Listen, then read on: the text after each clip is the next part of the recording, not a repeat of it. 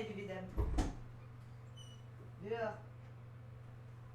Ah là là, évidemment.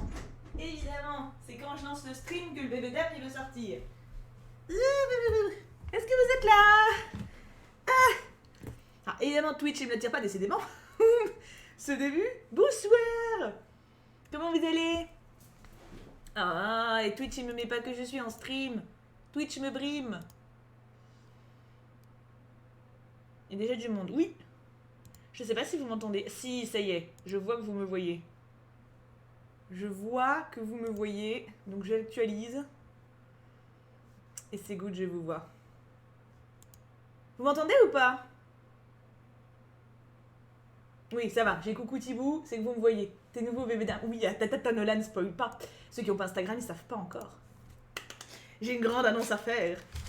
Et je mange du pain en même temps que le stream. Hein. Parce qu'il est décongelé. Ah oui, enfin il est décongelé, mais il est pas... il est dur comme du bois. Oui, j'ai des chatons à la maison. J'ai tenu 3 secondes avant de le dire. Mais elle est trop contente. Ça va faire de l'ASMR un petit peu, hein. T'es chiant, Virginie, hein? T'es dingue, hein? Ça va trop bien. On a adopté des chatons. Ils sont à la maison. Et genre, ça pouvait pas mieux se passer. C'est un truc de ouf. C'est un truc de ouf. Franchement, parce que j'ai déjà... C'est pas la première fois que j'adopte des... Oula, attends, faut que je change la couleur du chat. Parce que là, vous êtes en blanc, on ne voit rien du tout. Voyons voir, je vais vous mettre en noir, ça ressortira davantage sur ce beau parchemin. Voilà, c'est mieux. Du coup, oui, on a adopté 2 chatons. Et genre, donc on a déjà adopté des chats par le passé. Et à chaque fois, c'est une catastrophe. Genre, à chaque fois, t'as au moins 3 semaines de... Tu sais, genre de... Et ben là, Merlin, il les a sentis, il les suit partout, il veut jouer avec eux, et c'est un truc de ouf. C'est un truc de ouf.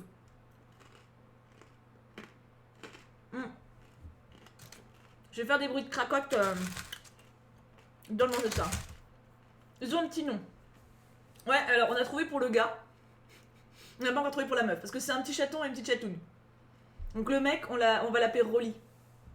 Parce que, en fait, les deux, hein, cela dit, mais lui en particulier, c'est des putains de ventres. On était en train de manger de la souplette ce soir. Donc la soupe. Et genre, Rolly, il est arrivé. Et il a bouffé, mais il voulait bouffer, mais genre, il a léché ça, mais comme s'il avait la dalle sa mère, alors qu'ils nous faisaient des croquettes à volonté, ils ont déjà bouffé, etc. Tu vois. Et du coup, en fait, Kim, il a fait attends, il y a pas un chien dans les 100 dalmatiens qui veut bouffer tout le temps? Et là, je fais ah bah si, Rolly. Et en fait, c'est l'année des R. Et du coup, bah, on a fait oh putain, bah voilà, on l'appelle Rolly. C'était le destin. Et pour la meuf, on sait pas encore. On attend le. Oui, GG pour les chatons. T'as vu? Merci, Mawattel. En fait, c'est trop bizarre parce que ça met connexion instable pour le live. Intervalle d'image clé trop élevé. C'est peut-être pour ça que j'ai plus les notifs. Hein. Ça me paraît bizarre, mais...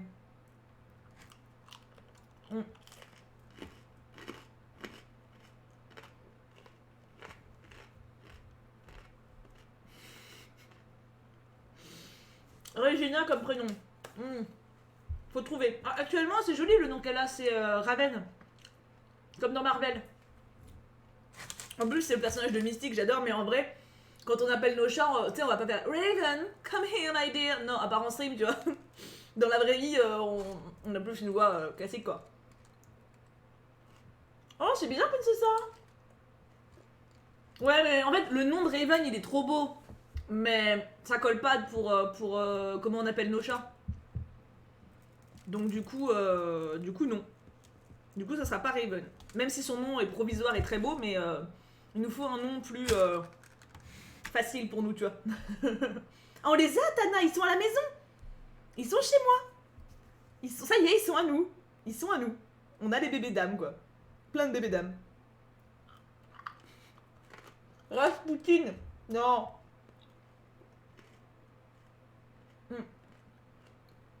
Je mange quoi? Je mange du pain. Du pain décongelé.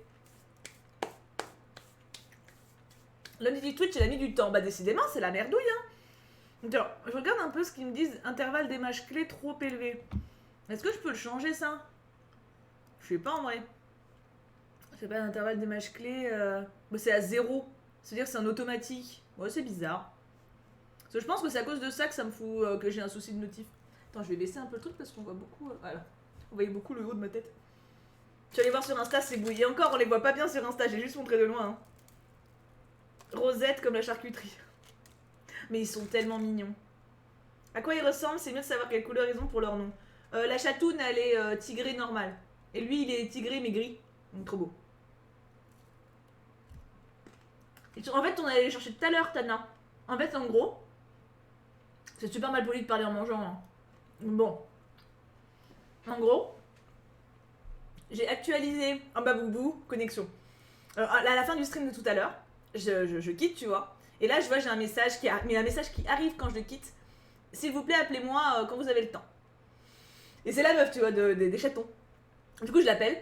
Et elle me fait, bon, bah écoutez, l'autre famille qui devait les voir, ils ont annulé parce qu'ils ont vu un autre chat, ils prennent l'autre chat. Donc si vous les voulez toujours, mais réfléchissez bien parce qu'elle voulait grave les garder. Si vous les voulez toujours, ils sont à vous et tout. Oui, oui, oui, oui, oui. Et du coup, on allait les chercher à 18h. La souplette, c'est de la soupe. Merci, Sana, pour ton sub prolongé. Rosalia pour les souvenirs. Non.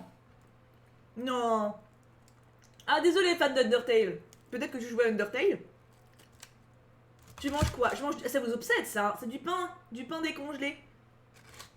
Perso, à chaque fois que le stream commence, ça lance pas. Ou alors c'est tout noir et je dois actualiser pour enfin le voir. Mais à chaque fois ou depuis quelques temps? Parce que depuis quelques temps, oui, j'ai remarqué aussi que moi c'est chiant. Réponse. Après, Rosa, elle mange tout le temps, c'est vrai. Après, la chatoune, on la connaît moins. On la connaît moins pour le moment parce qu'en fait c'est la seule à agir comme un chat normal. C'est-à-dire que Merlin il a réagi en mode oh des petits jouets, des petits copains, c'est trop cool. Le chaton, Rolly, il était en mode oh j'adore mon nouveau grand frère, je veux le suivre partout où qu'il aille. Et du coup dès que Merlin il bouge, Rolly il le suit et il nous fait des câlins. Il s'est déjà endormi contre moi, enfin bon. Il est déjà genre chez lui Rolly, genre il est au KLM. Et la chatoune c'est la seule à agir comme un chat normal, c'est-à-dire à se planquer. Et encore elle sort vachement, hein. Elle est venue manger dans notre assiette aussi, enfin voilà. Elle nous a fait des câlins, mais elle est quand même plus réservée avec son frangin. Elle est encore en mode avec... Ce qui est normal, tu vois, totalement normal. Oui, il faut que ça commence par un R. Merci Miss Matosha qui a offert un sub. En plus, Miss Matosha, j'ai des chats. Et Jessica qui offre des subs. What? 10 000 des subs, des bytes. 10 000 bytes. Meuf, c'est combien de thunes ça? C'est énorme.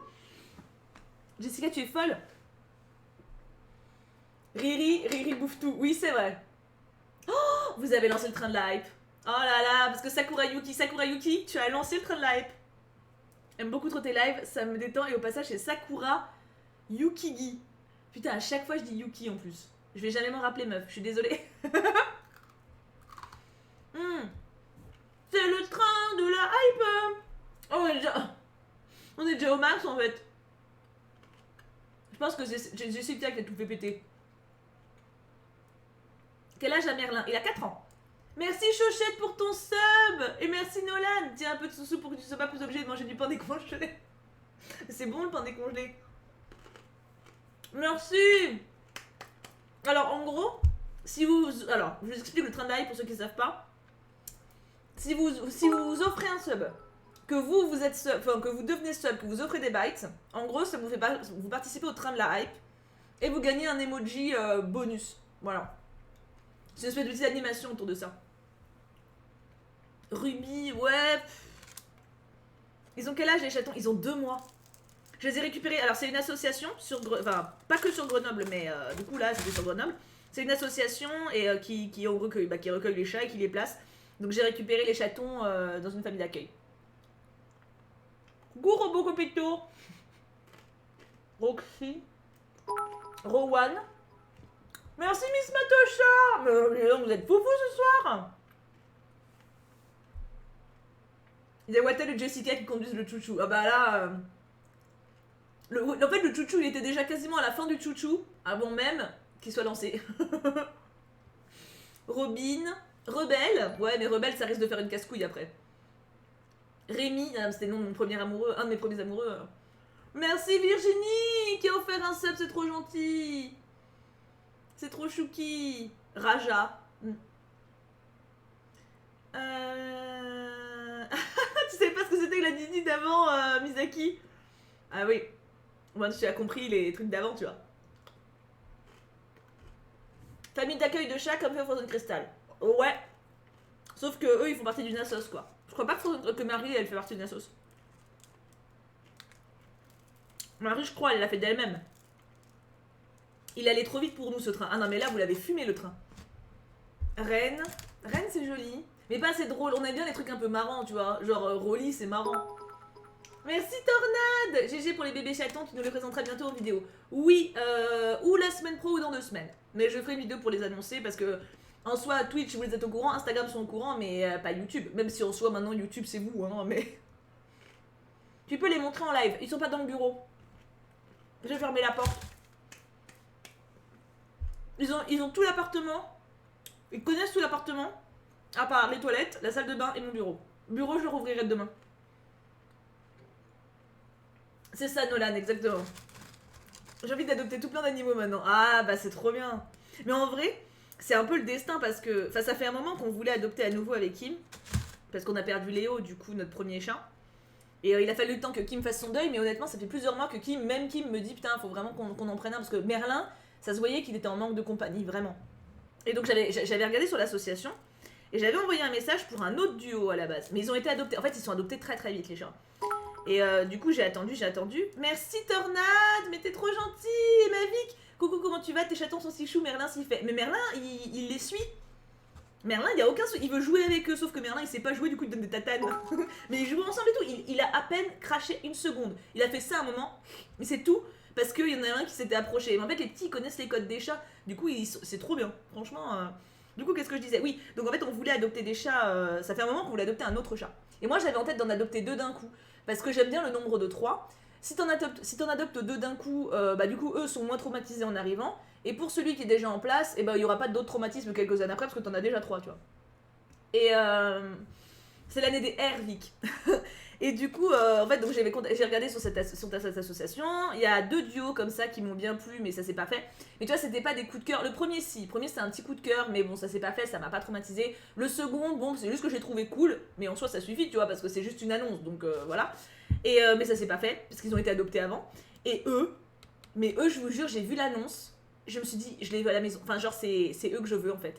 Et du coup, heureusement, on a été les premiers. Du coup, on a eu la visite et tout de suite. Mais j'étais en stress parce que vraiment, j'avais le feeling que c'était eux qu'il fallait chez nous.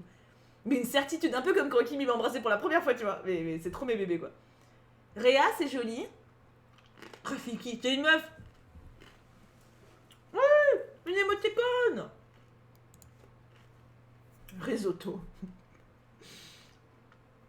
J'ai quitté le domicile parental en septembre et donc mon chien adopté il y a 10 ans qui me manque énormément. Et je pensais adopter un chat dans mon studio mais trop compliqué financièrement, ça me manque. Ah ouais, je comprends. Tu peux prendre un lapin ou un cochon d'âme? C'est pas pareil mais... Ah, je comprends le... On cherche des noms. Bah, on cherche pas forcément de noms de base mais... On a 2 chatons. Il y a Rolly qu'on a trouvé. Et la Fifi, il y en a pas. Non mais Rowan, en fait c'est trop stylé comme nom. Nous, on veut un nom un peu rigolo, mignon, tu vois.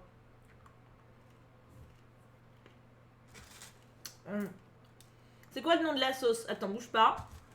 Bon. Je vais te dire. Oh, mais attends, je peux vous passer le lien, en fait. Bouge pas. Je vais vous passer le lien du truc. De mes bébés, parce que je crois qu'ils sont encore sur le site. Comme on les a pris tout à l'heure. Ils ont peut-être pas viré l'annonce déjà. Ah si, ils ont déjà viré l'annonce. Ils ont été rapides. Putain, ils ont été grave rapides. Bon, en tout cas, c'est Cosa Animalia. J'aurais pu vous montrer l'annonce, mais...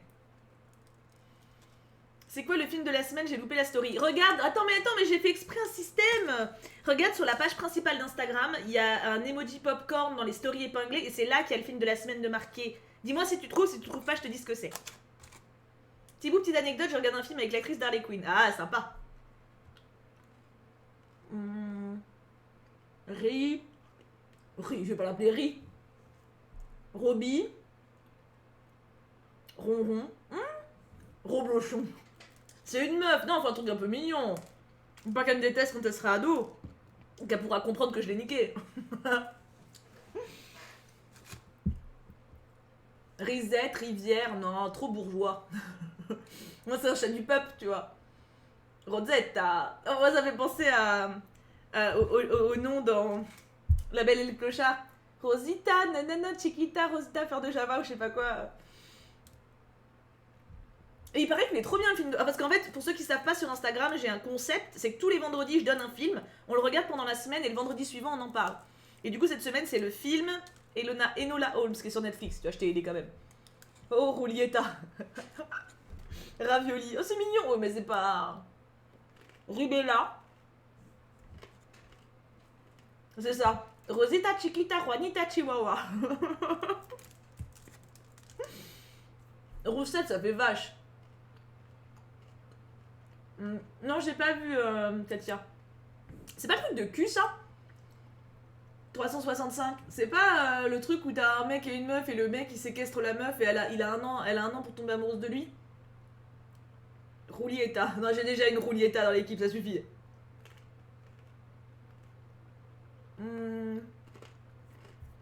Rutabaga. Vous avez des idées originales, et il y a des idées moches. Je vais pas dire qui dit quoi, mais... Renette. C'est pas très... On cherche un nom de chat, Alice. Ruche. Ouais, pourquoi pas... Oh, genre Rutabaga. Faut faire le générateur de noms. Ah non, pitié. Romy. Romy, c'est joli. Romy, c'est joli. Oh, bravo, Midoki. Parce que ceux qui savent pas, si vous connaissez le concept de Ink October, on a fait un Team October. C'est une grenouille rainette, ouais. Je reste sur Ruby. Ruby et Jade. Pourquoi ça me fait penser à ça? C'est dans quoi Ruby et Jade? Attends, je connais. Ruby et Jade. Ruby et Jade. Les princesses Sophia, bien sûr. Roxy. C'est joli, Dornade. Là, il fait potage et calme aujourd'hui. Je suis en train de manger du pain, on parle de mon chat. Qu'est-ce que tu veux qu'il se passe? Le dos droit, donc Clara, merci beaucoup. Je vais essayer de tenir plus de 3 secondes. Et Mosika, je bois après, donc je te l'enlève pas tout de suite. Par contre, je voulais revenir sur ta galère pour trouver des médecins. Et je voulais dire que j'étais dans la même galère pour trouver une gynéco. Ça s'accepte 15 journées en semaine. Ah, mais alors attends, oui. Pour ceux qui savent pas, je cherche des... Parce qu'en fait, je voulais prendre rendez-vous pour des médecins, genre dentiste, truc pour la peau, la dermato et gynéco. Gynéco, ah putain, j'ai oublié d'appeler d'ailleurs. Gynéco, j'en ai peut-être une, celle que j'ai vue il y a 2 ans. C'est juste que je me rappelle plus laquelle c'est, donc faut que je la retrouve. Aucun médecin prend de nouveaux patients. C'est un truc de dingue. Dentiste, sans déconner, j'en ai appelé 12. Personne. Pas de nouveaux patients. Et ceux qui prennent éventuellement des nouveaux patients, ils prennent que des urgences. En gros, les cabinets de dentistes, ils sont ouverts que pour les urgences. Donc genre, t'as une rage dedans, t'es en train de souffrir ta mère, ils te prennent et t'as 10 jours d'attente. Truc de dingue. Oh, c'est trop cool, Mimi Royal.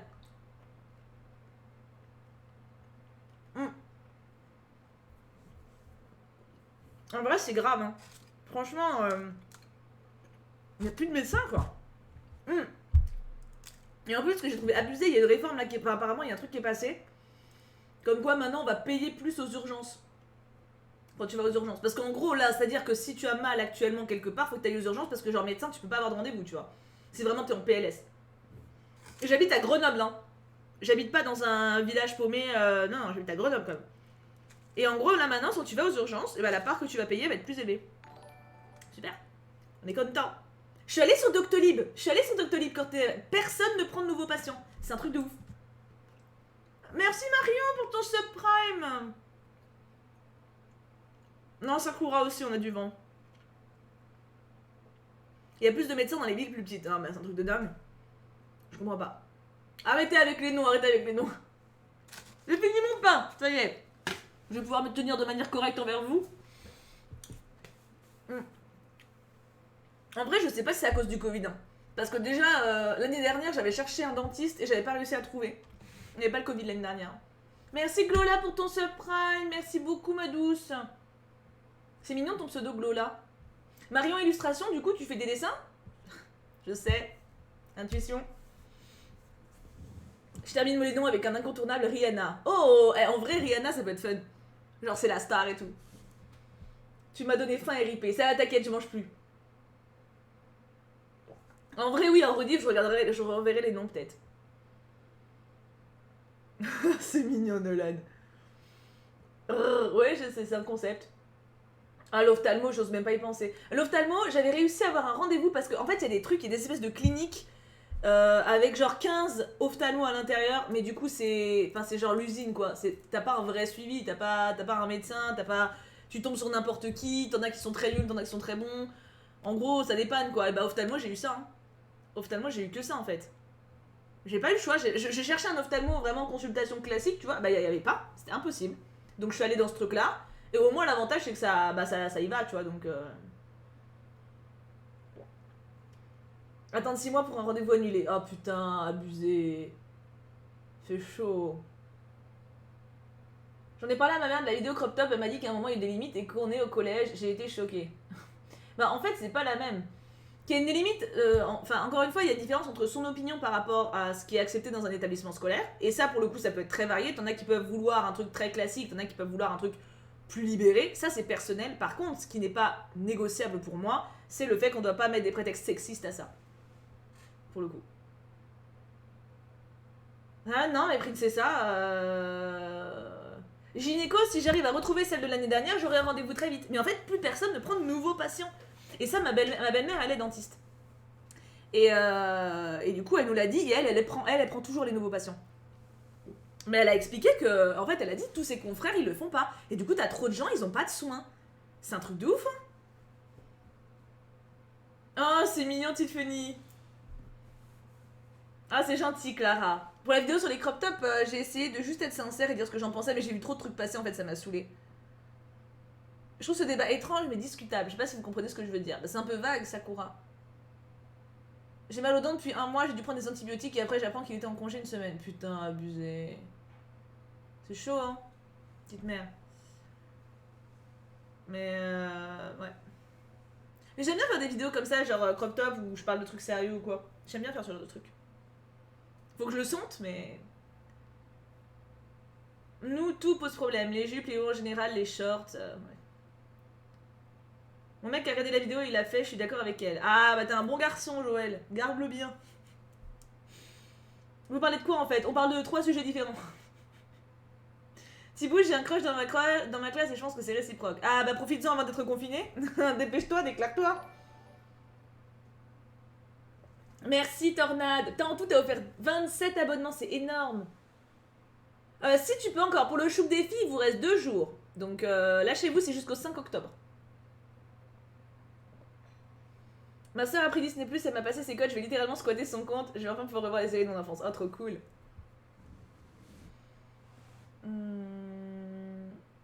Oh, c'est mignon, fan d'Undertale. Ah, je comprends. En même temps, Undertale, c'est vraiment un univers très rempli, quoi.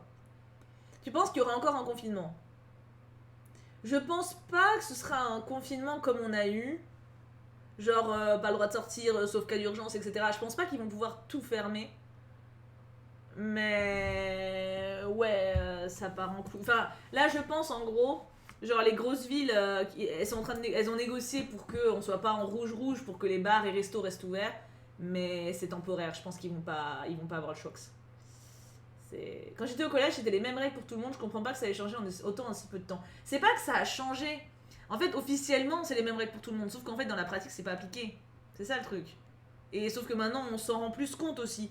Parce que, je veux dire, moi, quand j'étais au collège, genre, une incite qui faisait une remarque, enfin, une prof qui faisait une remarque parce que ça excitait les garçons ou quoi, ça choquait pas trop.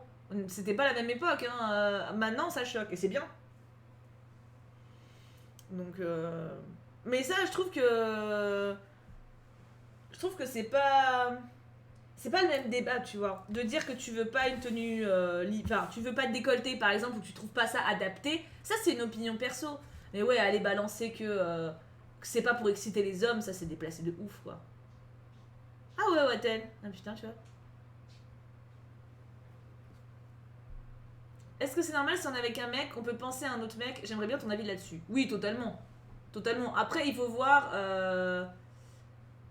Non, c'est en fonction de ce qui vient, Lily Moche. Ça, là, pour le coup, je ne gère rien du tout. C'est vous qui gérez les sujets. Bon, des fois, je peux ne pas vous répondre, mais.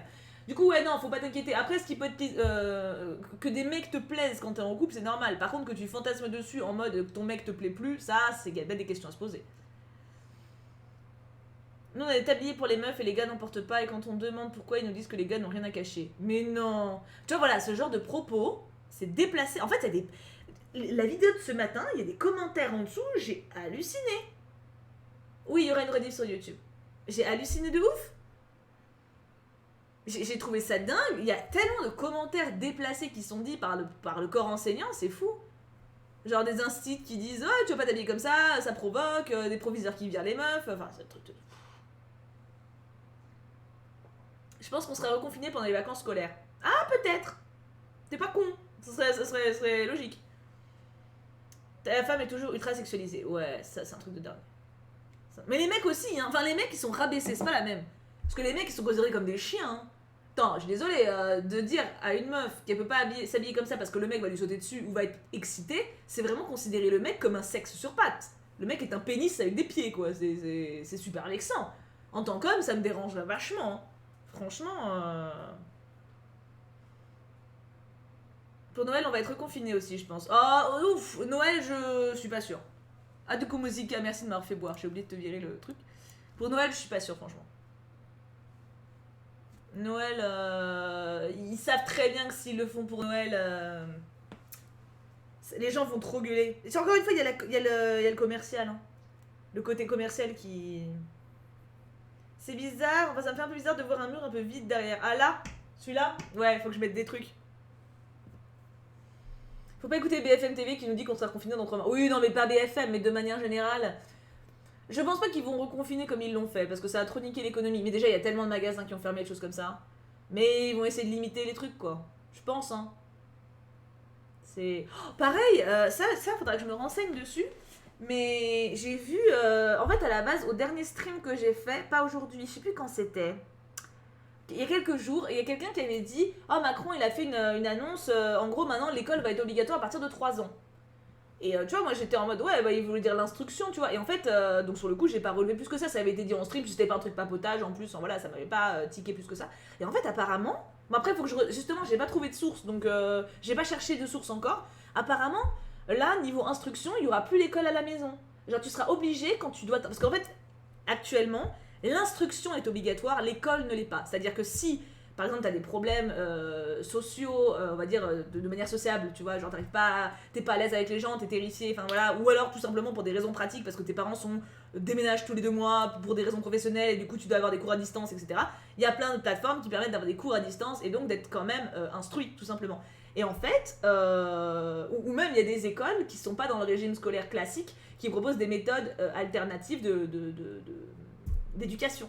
Et en fait, apparemment, il y a eu une déclaration du gouvernement qui annonce ça genre comme la plus grosse réforme depuis je sais pas combien d'années, que maintenant c'est interdit, que en gros il y aura plus l'école à distance, que ce sera forcément dans les bâtiments républicains, en gros donc dans les écoles officielles de la République si tu veux. Donc c'est à dire qu'en gros les écoles privées ils vont pas forcément fermer les écoles privées, ils ont dit qu'ils allaient réexaminer avec soin les profils et les façons de fonctionner de chaque école privée. Donc c'est compliqué parce qu'à côté de ça, l'éducation nationale, il n'y a plus de budget, il n'y a plus de profs, les classes sont surpeuplées, elles sont pas bien fréquentées, et du coup, je sais pas, je me suis pas renseignée, j'ai pas vérifié par moi-même, donc je sais pas ce qui est vrai ou pas là-dedans, mais si c'est vrai, c'est terrifiant, hein. Parce que forcer ton gamin le CNED, je sais pas justement. Je sais pas. Pour ceux qui sont vraiment terrifiés par l'école. Bah oui, pour former de bons petits soldats qui réfléchiront pas et embêteront pas le gouvernement. Mais en vrai, c'est flippant. Surtout qu'en plus, c'était vachement contradictoire parce que moi, j'étais persuadée que ces dernières années, tu vois l'éducation nationale, ils ont tout fait ce qu'il fallait pas. C'est un truc de ouf. Ils ont craché à la gueule de toute l'éducation qu'on pouvait faire, tu vois. Ils ont viré les profs, ils ont réduit les budgets de dingue, les gamins sont de plus en plus nombreux par classe, il y a de moins en moins d'aide, enfin voilà, c'est vraiment très compliqué. Et du coup, moi je me disais, on va aller vers un système américain, c'est-à-dire qu'ils encouragent de plus en plus les écoles privées, pourquoi ? Parce que ça rapporte de la thune, et ça coûte moins à l'État. Je me disais, c'est pour ça ils sont en train d'enlever du budget à l'éducation nationale, parce qu'ils veulent rendre ça en fait en mode tunasse, quoi, tout simplement. Qu'en gros, bah ça serait élitiste. Qu'en gros, quand t'as de la thune, bah tu peux mettre ton gamin dans une école privée, du coup, bah ton gamin réussit mieux. Quand t'en as pas, il va en école publique et il se galère. C'est pas le cas actuellement, mais moi je pensais que ça voulait tendre vers ça, comme un truc américain en fait, sauf qu'ils ont même pas d'école gratos. Et du coup, bah là non.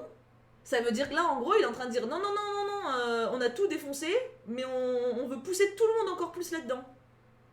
Mais ils veulent vraiment des abrutis en fait. Parce que c'est ce qui va forcément. Enfin, abruti, j'aurais pas dû dire ce mot-là, mais genre en gros, ils veulent des gens qui ne puissent pas avoir des parcours aboutis, tu vois ce que je veux dire? C'est ce que forcément tu peux pas apprendre dans des mauvaises conditions. C'est. Ah non, mais bien sûr, non, mais encore une fois, actuellement ça va, tu vois, mais ça dépend où tu es. Mais t'enlèves un choix en fait. T'enlèves un choix aux parents. Et même sans parler des écoles privées, le cours à distance, c'est indispensable pour certains enfants, quoi. T'es obligé à part pour les problèmes de santé. Ouais, mais du coup, qu'est-ce que t'appelles problème de santé si tu vas par là? C'est fou quand même, hein. Exact, les parents font le choix de l'éducation de leurs enfants. Ils peuvent choisir de le mettre dans le public, privé ou même de leur faire cours eux-mêmes. Si c'est vrai, c'est une grosse entorse à la liberté. L'école est censée ouvrir les esprits et aider les enfants à penser par eux-mêmes, pas les entraîner à obéir bêtement et se plier au système sans réfléchir. Mais c'est ça. C'est. Non, mais princesse, c'est deux trucs différents. C'est deux trucs différents. Il y a le truc de maternelle qui est obligatoire, ok. Bon, ça je peux comprendre parce qu'effectivement, un gamin qui rentre à l'école à 6 ans, qui n'a rien fait de ses 3 à 6 ans, il est forcément en retard. Pour ça, moi, quand j'avais appris ça, j'étais en mode oui, bon, bah c'est pas plus mal en vrai, tu vois. Au moins, il est pas livré à lui-même, le gosse. Mais ça assure qu'ils soient justement à peu près tous égaux, les gamins. Mais par contre, le coup de virer les cours à distance et de contrôler davantage les écoles privées, c'est dangereux. C'est. Mais en plus, les limoges de ouf. J'ai plusieurs potes qui sont instits, elles pètent des câbles. Hein. Elles sont dans des conditions de travail scandaleuses. Elles ont pas les aides qu'il faudrait. Elles ont des gamins qui devraient avoir des assistantes permanents avec elles. Ils les ont pas. Donc elles ont des classes avec 30 gamins. Des fois, t'en as 3-4 qui parlent pas la bonne langue. Donc du coup, forcément, ils écoutent pas. T'as à côté de ça, t'as des gamins du coup qui ont besoin. Je crois que c'est AVS, en tout cas une personne à côté. Bah t'en as deux qui devraient en avoir une, mais elles sont pas là. Ou alors il y en a qu'une pour les deux. Et du coup, bah forcément, elle peut pas gérer. Puis t'en as deux qui ont pas encore été diagnostiqués officiellement. Du coup, ils les ont pas encore. Mais c'est. T'en as qui ont des bonnes classes, évidemment. Évidemment, il y a encore des classes où tout roule. Mais t'en as beaucoup, c'est la grosse merde. Hein. Je trouve ça flippant de ouf. En vrai, je trouve ça flippant de plus laisser le choix aux gens.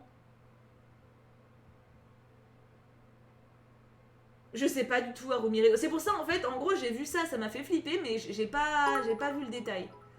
Selon moi, si vous faites ça, c'est un recul majeur pour le peuple français. Ah bah ouais, ouais, je suis bien d'accord. Je pense que Oui, c'est ça, princesse, ouais, clairement. Je pense que ceux qui ont un problème, genre type angoisse ou agoraphobie, ça sera diagnostiqué par un médecin et que donc, ça sera viable. Ils pourront le faire à distance. Je pense. Parce que, en fait, en gros, quand de toute façon, t'as ces problèmes-là, t'as un suivi normalement médical. Donc, moi qui pense faire l'école à la maison avec mes gosses, et un jour j'en ai, ça m'inquiète. Ça changera sans doute d'ici là. Les choses vont changer. Hein. Puis encore une fois, il l'a dit, est-ce qu'il va réussir à le faire? Mais c'est chaud parce que il y a des choses qui se passent qui sont quand même dangereuses. Ça, en fait, ça rogne sur une putain de liberté quand même, quoi. C'est ça, c'est pas AVS, c'est plus AVS, mais c'est AESH. Ah putain, ouais, Camomille est ouf quand même. Hein. De ce que j'ai vu, ils veulent faire ça pour lutter contre le séparatisme religieux, pour apprendre les lois de la République, car certains apprendraient aux enfants de faire passer les valeurs des religions avant les lois républicaines, sauf que je pense que c'est une excuse pour mieux contrôler l'éducation de tout le monde, mieux contrôler pour mieux dire retirer de l'argent partout pour faire des économies. Oh, si c'est ça leur prétexte, c'est scandaleux. Si c'est ça vraiment leur prétexte, c'est une honte. Et je suis sûre t'en as plein, ils ont dû gueuler sur l'islam encore. Putain, c'est à vomir sans déconner. Bah c'est ça, normalement les écoles privées, alors écoles privées ils ont dit, ils vont pas forcément les fermer, ils vont contrôler davantage. Donc je sais, encore une fois, qu'est-ce que ça veut dire. On parle, joyeuse dormeuse, du fait que en gros, il y aura, enfin le gouvernement veut que tout le monde aille à l'école classique. Donc beaucoup moins d'écoles privées, beaucoup moins de cours à distance, des choses comme ça. C'est effectivement le prétexte, mais c'est super grave. Et exactement, Macron a parlé de séparatisme islamiste. Mais non. C'est vrai? Ou c'est genre du on dit ou quoi? Il a vraiment dit ça? Mais non. Honnêtement, je parle pas des gens, de personnalités politiques. Pour le coup, je veux pas faire ça. Mais c'est dingue. En gros, donc, parce que je vois qu'il y en a plein qui demandent, en gros, c'est-à-dire que, de ce qu'on me dit, donc je retranscris ce que je crois comprendre, le gouvernement, et le président compris, mais le gouvernement, donc veut que tout le monde aille à l'école classique, parce qu'apparemment, le fait d'aller dans certaines écoles, bah, il y aurait des personnes qui recevraient une instruction religieuse, qui serait contre les valeurs républicaines, manifestement, et surtout, bah, du coup, forcément, l'islam, puisque, bah, manifestement, les catholiques, ça, c'est pas contraire. Je trouve ça dingue. Si c'est vrai, c'est un truc de ouf. Séparatisme, on dirait un truc de Zemmour, quoi. Ah, ça me choque. En vrai, je suis pas sûre qu'il ait dit ça, sinon c'est franchement une honte. Mais oui. Attends, je vais voir si je trouve, parce que... Il a parlé de séparatisme religieux. Ah, il a pas dit... Ouais, oui, bon, c'est là... Ouais, d'accord. Il a... Parce que séparatisme islam... Enfin, avec l'islam, il aurait fait... Ça, j'aurais entendu gueuler... séparatisme Macron. Séparatisme religieux, les annonces d'Emmanuel Macron. Mais ouais. Et après, t'as les trucs séparatisme islamiste. Apparemment, il a dit... Alors lui, il a dû dire religieux et les journaux, ils ont titré islamiste. À mon avis, c'est ça. Putain, c'est chaud de ouf. Non mais école privée, comment tu peux leur séparer les religions? C'est le but. Non mais c'est surtout que c'est complémentaire. À quel moment une instruction religieuse, c'est au détriment de la religion, enfin de la religion, de l'éducation? C'est un plus. Alors, je dis pas forcer les gamins à avoir une pratique religieuse, enfin ça c'est l'éducation des parents, je veux dire, si ta mère elle veut t'emmener à l'église tous les dimanches, tu vas faire quoi? Tu vas pas l'empêcher, tu vois, donc... Il l'a dit islamiste. Mais non. Mais je suis musulman et je suis choquée. Mais je suis pas musulmane et je suis choquée, mais j'imagine trop à votre place. Ça fait honte, hein. Ça fait honte, franchement. Pourtant, tu sais, je suis la première à essayer de trouver des. Tu sais, genre, peut-être qu'il a pas dit ça vraiment, peut-être que c'est ça que ça veut dire, peut-être qu'il a des idées derrière. Là, y a rien. Là, c'est juste sale, en fait. Il a dit que certaines personnes faisaient passer les lois islamistes au-dessus de celles de la République. Mais tu fermes pas des écoles pour ça, en fait. Et dans ce cas-là, et genre, il y a pas des familles catholiques qui font ça aussi, peut-être? Il y a pas des familles catholiques qui sont en mode. Qui font passer les lois de la Bible avant les lois de la République. C'est quoi les lois républicaines en plus? Ah putain, c'est comme les tenues républicaines là. Non mais j'ai été dans une école privée catholique, je suis pas devenue pour autant, ça correspondait pas à ce que je voulais, j'ai lâché le caté au collège, point barre. Oui voilà, ça dépend ce que tu fais hein. Après t'as des parts, mais c'est pareil, c'est plus l'éducation à côté, mais en vrai apprendre la Bible, moi j'avais eu un cours à la fac où on avait bossé sur la Bible en tant que texte littéraire, c'était très intéressant hein. Donc, c'est pour éviter que des personnes passent les lois de leur religion avant celles de la République. Ouais, non, mais c'est de la putain de manipulation, ça. C'est grave, parce que l'islam en tant que tel, y a aucun danger, en fait, à apprendre l'islam. Hein. C'est pas... il est en train de mélanger les extrémistes, qui sont pour le coup des personnes qui déforment le texte de base, à... avec les musulmans. Et en plus, pourquoi spécialement islam et pourquoi pas les autres? Genre les écoles privées juives, on va y toucher à elles aussi? Bizarrement, on n'en parle pas, tu sais. Ou les catholiques. Genre, pourquoi les musulmans spéciales? C'est. C'est terrifiant. De ce que je lis sur le site du gouvernement, l'instruction à la maison sera toujours possible, mais il faut informer le maire ainsi que le service de l'EN. C'est quoi l'EN? Éducation nationale, ok. Mais je sais pas ce qu'il en est pour l'après-maternelle, mais clairement certaines raisons derrière font peur. Ah, c'est que pour la maternelle? Apparemment, il a dit islam, Wattel. Bah, en tout cas, j'ai regardé vite fait sur le net et quand je tape séparatisme Macron, il y a marqué séparatisme islamiste. Donc, attends, bah tu sais quoi? Bon, après, c'est le Parisien, donc on va regarder. On va voir. Ce discours était attendu depuis longtemps. À 10h55, le président Emmanuel Macron a pris place derrière un public annonçant la République en acte, pour parler de séparatisme religieux. De séparatisme islamiste, plus exactement, le président ne citant aucune autre religion dans son préambule. Parce que le séparatisme islamiste a mis en place une organisation méthodique pour créer un ordre parallèle à celui de la République.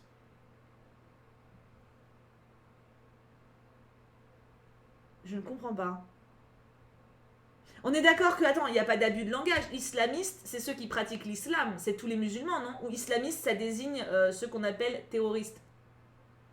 C'est une vraie question, là, pour le coup. Hein. Islamiste, c'est vraiment tout le monde? Ou ça désigne vraiment... ou ça désigne vraiment ce qu'ils appellent terroristes? Mais je trouve ça fou. Je trouve ça terrifiant. Et pour le coup, c'est ces mots entre guillemets, donc c'est cité. Il n'y a même pas de point, tu vois. Oui, c'est tout le monde. Non, mais... Ça, je vais voir s'il y a autre chose. Même si c'est déjà en soi... Nous ne sommes pas une société d'individus, nous sommes une nation de citoyens. Notre plus beau trésor, c'est ce bloc que nous formons. Il est un et pluriel, a fait valoir le président après 1h15 de discours avant de répondre aux questions des journalistes. Mais ça n'a aucun rapport. J'ai juste envie de devenir manager Kim. L'instruction obligatoire des 3 ans... Attends, on a un peu de détails. L'instruction obligatoire des 3 ans se fera à l'école. L'école à distance sera réservée aux enfants ayant des impératifs de santé. Mais du coup, c'est pour tout le monde, ça. Du coup, c'est pas que les gamins, c'est pas que les ptios. Plus de 50 000 enfants suivent l'instruction à domicile, un chiffre qui augmente chaque année, a constaté Emmanuel Macron, déplorant que beaucoup de ces enfants aillent en fait dans des structures, des murs, pas de fenêtres, accueillis 8h et jusqu'à 15h par des femmes en niqab, ou quand on les interroge, ils disent d'apprendre que des prières. Non mais c'est un sketch. Je suis sidérée là. Je suis sidérée de ouf. Je vais les relire parce que c'est grave, c'est vraiment très grave. L'instruction obligatoire des 3 ans se fera à l'école. Point. L'école à distance sera réservée aux enfants ayant des impératifs de santé. Point. Donc il dit bien l'école, il dit pas l'école maternelle, c'est l'école. Et après, ouvrez les guillemets, donc là on le cite, et il n'y a pas de parenthèse, genre entre... Il n'y a pas de... C'est pas tronqué, tu vois. Il dit... Plus de 50 000 enfants suivent l'instruction à domicile, un chiffre qui augmente chaque année, a constaté Emmanuel Macron, déplorant que beaucoup de ces enfants aillent en fait, on ouvre les guillemets, donc c'est à nouveau sa parole, dans des structures, des murs, pas de fenêtres, accueillis à 8h et jusqu'à 15h par des femmes en niqab, je sais pas comment on dit, ou quand on les interroge, ils disent n'apprendre que des prières. Donc le mec a fait un raccourci absolument scandaleux entre plus de 50 000 enfants. Mais en littérature, ça existe, hein. Je sais plus le nom de la figure de style, mais ça se fait. Hein. Plus de 50 000 enfants qui suivent l'instruction à domicile, il fait un raccourci avec un groupe d'enfants qui apparemment vivent une situation difficile, tu vois. Mais c'est aussi réducteur que de dire, je sais pas moi, beaucoup d'enfants qui ont des parents divorcés sont traumatisés, du coup on interdit le divorce. Oui, ou alors non, plus extrême. Beaucoup d'enfants sont battus par leur père alcoolique, du coup on interdit au père de s'occuper de ses enfants. Alors t'as des enfants qui sont battus par des pères alcooliques, hein, mais c'est une minorité. Et là il a fait un parallèle super grave en fait. Peut-être que c'est vrai. Tu vois, jolie petite fraise, c'est en ça que c'est malin et dangereux. Peut-être que c'est vrai, on ne sait pas en fait. Il y a plein de choses dont on n'est pas au courant. Alors, je connais, j'ai une communauté qui est quand même pas mal constituée d'adolescents, d'adolescentes, notamment dans mon équipe. D'ailleurs, j'ai des adolescentes qui suivent des cours à distance parce qu'elles ne se sentent pas d'aller dans des structures qui existent actuellement. Elles préfèrent suivre les cours à distance, c'est personnel, tu vois. Et ça se passe très bien. Et je connais plein de familles qui, au contraire, ont de la thune, qui, au contraire, ont le choix et refusent d'envoyer leurs enfants parce qu'ils ont les moyens de se le permettre, qui prennent des cours avec des profs particuliers, qui payent très cher parce qu'ils veulent pas envoyer leurs gamins dans des écoles publiques. C'est beaucoup plus ça que l'exemple qu'il a cité. Je ne dis pas que ça n'existe pas, je ne suis qui pour dire ça, je suis personne, ça doit exister et j'en suis navrée pour ces gamins. Mais dans ce cas-là, il faut démanteler ces réseaux-là et ne pas arrêter... Enfin, c'est dramatique ce qu'il fait là. C'est dramatique. Et en plus, ça pointe encore l'islam. C'est chaud. Même si c'est vrai, ça concerne une minorité des 50 000 enfants scolarisés à domicile. Mais bien sûr. Il parle des cours arabes. Non, je connaissais des potes qui en faisaient, mais elles allaient quand même en école publique à côté. Genre, elles y allaient après les cours, elles sont pas devenues terroristes. Oui, non, mais en plus, ça se trouve, c'est ça. C'est quasiment sûr que c'est des... Je trouve ça terrifiant. Il a fait une immense généralité. Mais oui. Est-ce que c'est 50 000 enfants qui sont dans cette situation ou juste tous les enfants pas scolarisés? Ah non, non, c'est pas scolarisés. C'est pas pas scolarisé. Et là, il parle de cours à distance qu'il veut interdire à cause de ce prétexte-là. Cristal, j'y crois pas, mais bon. Ça vise pas l'islam, mais l'islam radical. Ouais, mais le problème, c'est que ça, c'est la même conclusion. C'est la même conclusion, en fait. Il va vraiment faire ça à cause de l'islam radical, mais du coup, ça sanctionne tout le monde. Et en plus de ça, ça fait un raccourci super facile. Alors, ça existe sûrement, et c'est fort probable, mais il attaque encore une fois le problème à l'envers, d'où enlever les cours à distance, c'est une bonne idée. Mais oui. Le Parlement qui a majorité de gauche laissera jamais passer ça. Bah, faut espérer, hein. Parce que là, niveau réforme sociale, les cours à distance, il faut bien vous dire un truc. Les écoles publiques, elles sont déjà surpeuplées sa mère. Rajoutez tous les gamins qui sont dans des écoles privées ou qui ont les cours à distance là-dedans, avec les profs qui actuellement qui sont sous-effectifs, je sais, alors, faut me dire comment il fait. Il a encore viré, il supprime des postes tout le temps, bordel. Il supprime des postes tout le temps, les profs se retrouvent tout seuls. Je sais pas, Lina. Encore la stigmatisation et les stéréotypes, ce monde de fou, soupir de déception. Ah, ça dépite, hein. Mais j'avoue, en plus de ça, mais un pétoncle de ouf. On est en Covid, genre tout le monde dit il faut faire attention, etc. Et lui en mode oui, bon, on va arrêter les cours à distance. C'est. Je comprends pas. En fait, en termes de logique pure, je veux dire, même en termes de déclaration, c'est super grave. L'annonce promet de provoquer des remous. Emmanuel Macron a déclaré vendredi 2 octobre que l'instruction scolaire à domicile serait, à partir de la rentrée 2021, strictement limitée notamment aux impératifs de santé et que l'instruction à l'école serait rendue obligatoire dès l'âge de 3 ans. J'ai copié-collé pour te montrer ce qu'a dit sur le suivi de Garo. Oui, ok. Ouais, ça rejoint. Il cherchait un prétexte pour attaquer l'islam, les cours à distance, ou ça se passe comment? Mais je comprends pas. Le propos... Alors j'avoue que le côté attaquer l'islam comme ça, je trouve ça super violent. C'est... J'ai pas compris. Je trouve rien sur les écoles privées religieuses sur le site du gouvernement. Il dit juste que l'instruction, et non pas l'école, sera obligatoire à partir de 3 ans et non de 6 comme actuellement afin d'apprendre les bases du langage et de s'épanouir. Alors ça oui. Pardon. Mais ça parce que je crois qu'en fait, je crois que ça ils le font passer maintenant.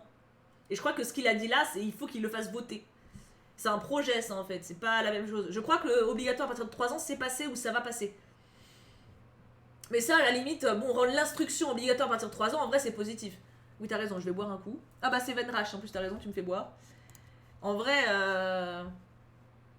Ah bah, j'avais pas vu ton message, j'ai pu affrer chamanique. Attends. Dans un discours sur le séparatisme islamiste prononcé le 2 octobre 2020, Emmanuel Macron a annoncé la mise en place d'une stricte limitation de l'instruction à domicile, sauf exception telle que l'instruction est justifiée par un motif médical, l'école à la maison ne serait plus autorisée à compter de la rentrée scolaire 2021, intégrée dans une loi contre le séparatisme qui sera présentée par le gouvernement en décembre 2020. Cette mesure doit encore être votée par le Parlement. Merci Pieuvre beaucoup pour ton copier-coller. C'est fou. Je l'ai vu passer sur Twitter, moi, ça. Mais très vite fait hier. C'est pour ça, en fait, j'ai tiqué dessus. En fait, quand je l'ai vu, parce que je regarde souvent les tendances Twitter. Et j'ai tiqué dessus et je me suis dit, bah, j'irai me renseigner par moi-même, mais j'y suis pas allée. Mais bien sûr, Harumi, ça m'étonne pas. Et vous, vous êtes grands. T'imagines des enfants? Les ptios? Genre vous travaillez parce que vous savez que vous devez travailler. Ça, ok, tu vois. Vous êtes grands, bon, pourquoi pas, à la limite, même si c'est bon, c'est pas du tout optimal. Mais les ptios, un ptio, il va pas comprendre. Un gamin, tu lui fais, oh, papillon, rêve, papillon, il va pas écouter le prof. Comment tu veux qu'un prof tienne des enfants dans une salle à 48? Déjà à 30, ça passe pas? Bah c'est ça, ça courra, je comprends pas.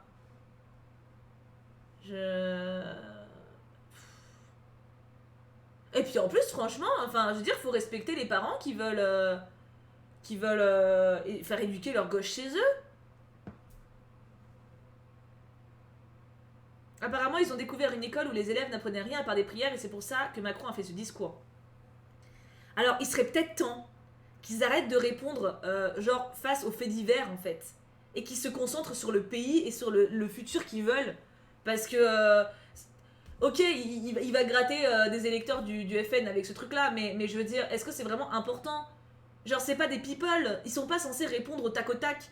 Genre, oh là là, en plus, si ça marchait, les animaux, ils auraient plus de droits depuis longtemps, mais genre, je sais pas, oh là là, je sais pas moi, un homme a sauté d'un pont et il s'est suicidé, et bah bim, il met des murs autour du pont, je sais pas, mais réfléchissez un peu, tu vois.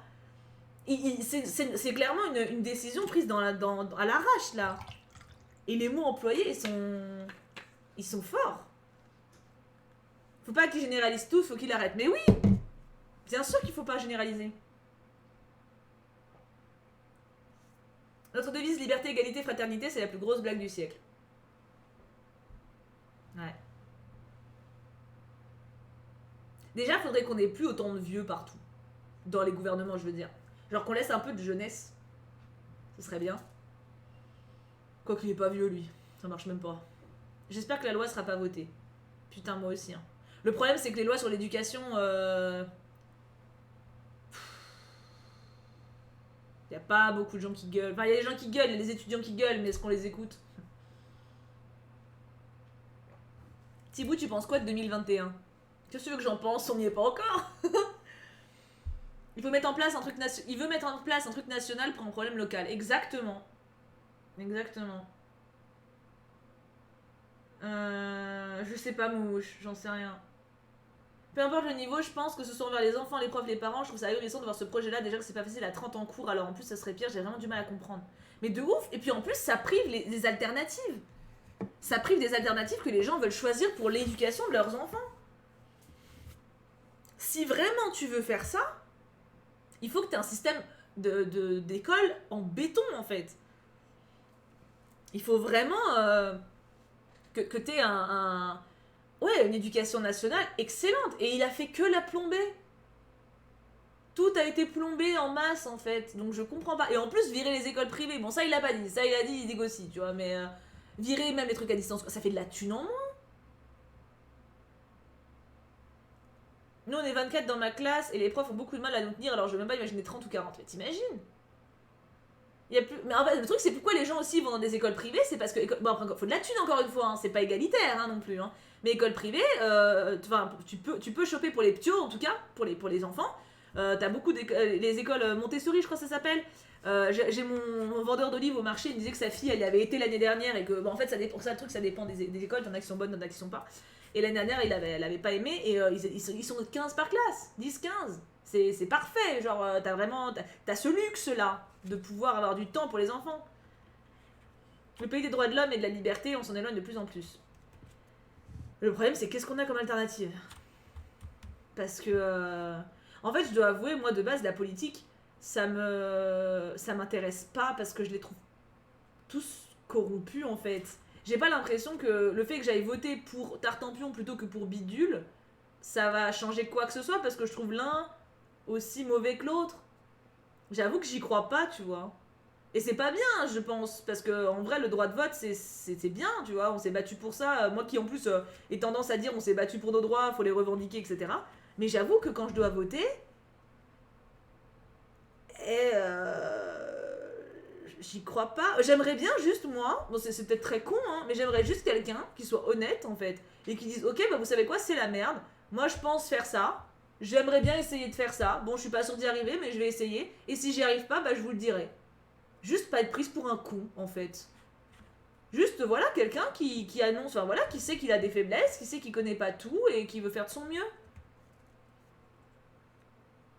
Faut que tu t'y intéresses plus, alors. Ouais.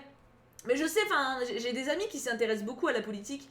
Et ils me disent que pas mal de gens avec des petits partis, etc., ont l'air sincères et ont des projets intéressants.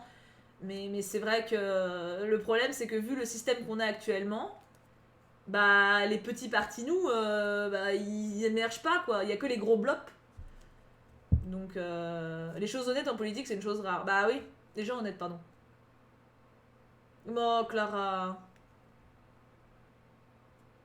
Ce serait tellement bien l'honnêteté. Les écoles Montessori ne conviennent pas à tous les enfants non plus. Il y a eu un grand effet de mode à un moment, mais c'était pas pertinent s'il n'y avait pas de suivi à la maison au primaire. Sauf que c'est la seule alternative qu'on a à l'école classique et c'est triste. Ouais, non, mais clairement, Princessa, j'ai dit ça au hasard. Enfin, j'ai dit ça comme exemple, tu vois, mais. Surtout pour les femmes, le droit de vote c'est 44. Oui, clairement. Mais c'est ça, exactement. Les votes blancs. Si les votes blancs étaient comptés, ça serait déjà différent. En vrai, un politicien honnête, c'est un oxymore. Travaillons nos figures de style. Je sais plus qui avait dit on vote plus pour une personne, on vote contre une personne. Ah, c'est ça. Parce que le problème, c'est que les ptios, Ils peuvent pas passer, quoi. Intéresse-toi au niveau local, c'est cool aussi. Ouais, ça par contre, tout ce qui est mairie, tout ça, ça m'intéresse plus. Parce que bah, c'est pareil, c'est le côté justement local, enfin tu sais un peu qui t'as en face. T'as plus ce côté où tu sais exactement ce qui va être fait, t'as des projets qui sont menés, enfin c'est différent. Oui, oui, Lunao, ouais, c'était pas très heureux comme façon de parler. Coucou tout le monde, de quoi on parle? On parle de politique, Aline Vera. Et on a parlé d'éducation avant. Moi je dis Thibaut présidente et je suis très sérieuse. Ouais, alors j'ai clairement pas. Bah, on va dire que je serais une présidente honnête, mais ça serait ma seule qualité. Clairement, je peux pas prétendre maîtriser des points que je ne connais pas. Mais après, je trouve qu'à la limite, tu vois, c'est même pas tant le boulot d'un président en vrai. Pour moi, le président, enfin, comment je visualise le truc, le président, il doit représenter le pays et il doit annoncer les réformes, etc. Tu vois, c'est un peu la vitrine. Mais ce qui est en coulisses, par contre, c'est le président qui le choisit et tout, et ça peut être super intéressant d'avoir des gens efficaces derrière. Tu vois, moi j'aimerais bien, je sais pas, des assemblées de professionnels qui discutent et qui parlent de ce qui est vraiment possible. Mais encore une fois, il faudrait que ce soit fait au niveau mondial en fait. Parce que là, en vrai, même quelqu'un de sincère qui se retrouve au gouvernement, il peut rien faire tout seul. Il peut rien faire. T'as du cœur et t'es honnête, c'est tout ce qu'il nous faut. Ouais, mais du coup, je pourrais juste vous dire, bon bah je voulais faire ça, mais en fait, si je le fais, bah on perd ça, donc du coup, bah je vais peut-être pas le faire, hein. Parce que sinon, l'Allemagne, ils vont faire la gueule, et puis les Suisses, on leur donne la thune, donc faut qu'on les paye. Enfin, je pense qu'en vrai, le pays, enfin, la situation mondiale étant ce qu'elle est, bon, t'as des trucs qui sont évitables, hein. Comme le coût de l'école, t'as quand même des trucs inévitables, mais. Et si on changeait de technique? Parce que bon, on essaie depuis des années, ça marche pas. Grave, faudrait juste trouver comment en fait.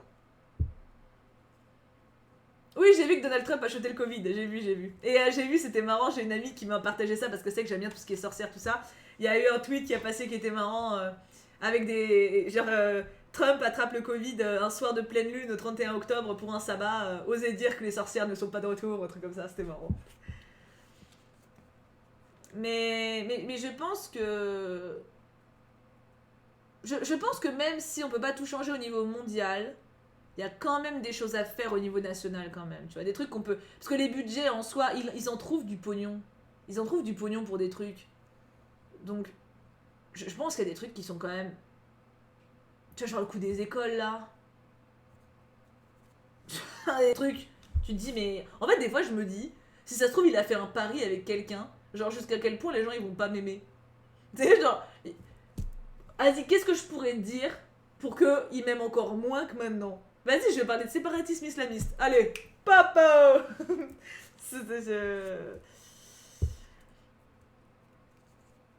Ouais, c'est clair, Takumi, de ouf, hein. Merlin derrière toi, il est trop beau. Oui, t'es de là, là, là. En Belgique, c'est pas mieux. Mais je crois que c'est pas mieux partout, en fait. Hein. Il y a peut-être les pays du Nord qui s'en sortent mieux. Tout ce qui est Norvège, Islande, Finlande, mais ils sont beaucoup moins nombreux. C'est limite pas des villes, mais tu vois, c'est plus facile de gérer, quoi. Au lieu de donner des milles aux joueurs de foot, donner de l'argent aux écoles. Mais c'est même pas que ça. En vrai, c'est très intéressant, parce que je suis en train de lire la biographie de Marie-Antoinette écrite par Stéphane Zweig. Et au début, j'étais un peu choquée. De toute façon, je vous en parlerai en update lecture quand j'en ferai un, mais enfin, ça sera dans 2 mois. Donc, Et en fait, j'étais un peu choquée au début parce que moi, j'avais déjà lu des biographies sur elle, mais d'un regard beaucoup plus doux. Ça veut dire, genre, bah, en gros, c'est une pauvre femme qui s'est trouvée au mauvais endroit au mauvais moment.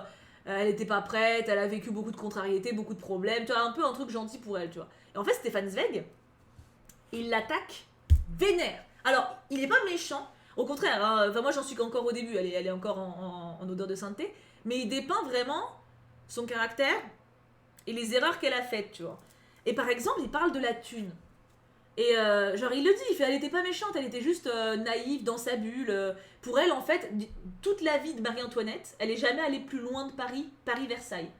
Elle a jamais été curieuse de découvrir son peuple, elle a jamais été curieuse de visiter le pays. Elle a jamais voulu voir les montagnes, voir les paysans, rencontrer des gens.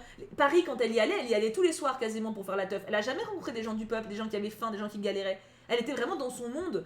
Et elle a dépensé. Elle a dépensé. Alors, il a dit un truc qui était super intéressant. En gros, elle avait une très très bonne amie, Marie-Antoinette, qui s'appelait la duchesse de Lamballe. Donc, c'était vraiment sa meilleure pote, sa BFF. Vraiment une meuf qu'elle adorait. Et je vous vois plus par contre. Vous êtes encore là? Oui, c'est bon, je vous vois. Et en fait, donc elle avait une très très bonne amie, donc la duchesse de Lamballe, qui était à la base une meuf pas très très riche, etc.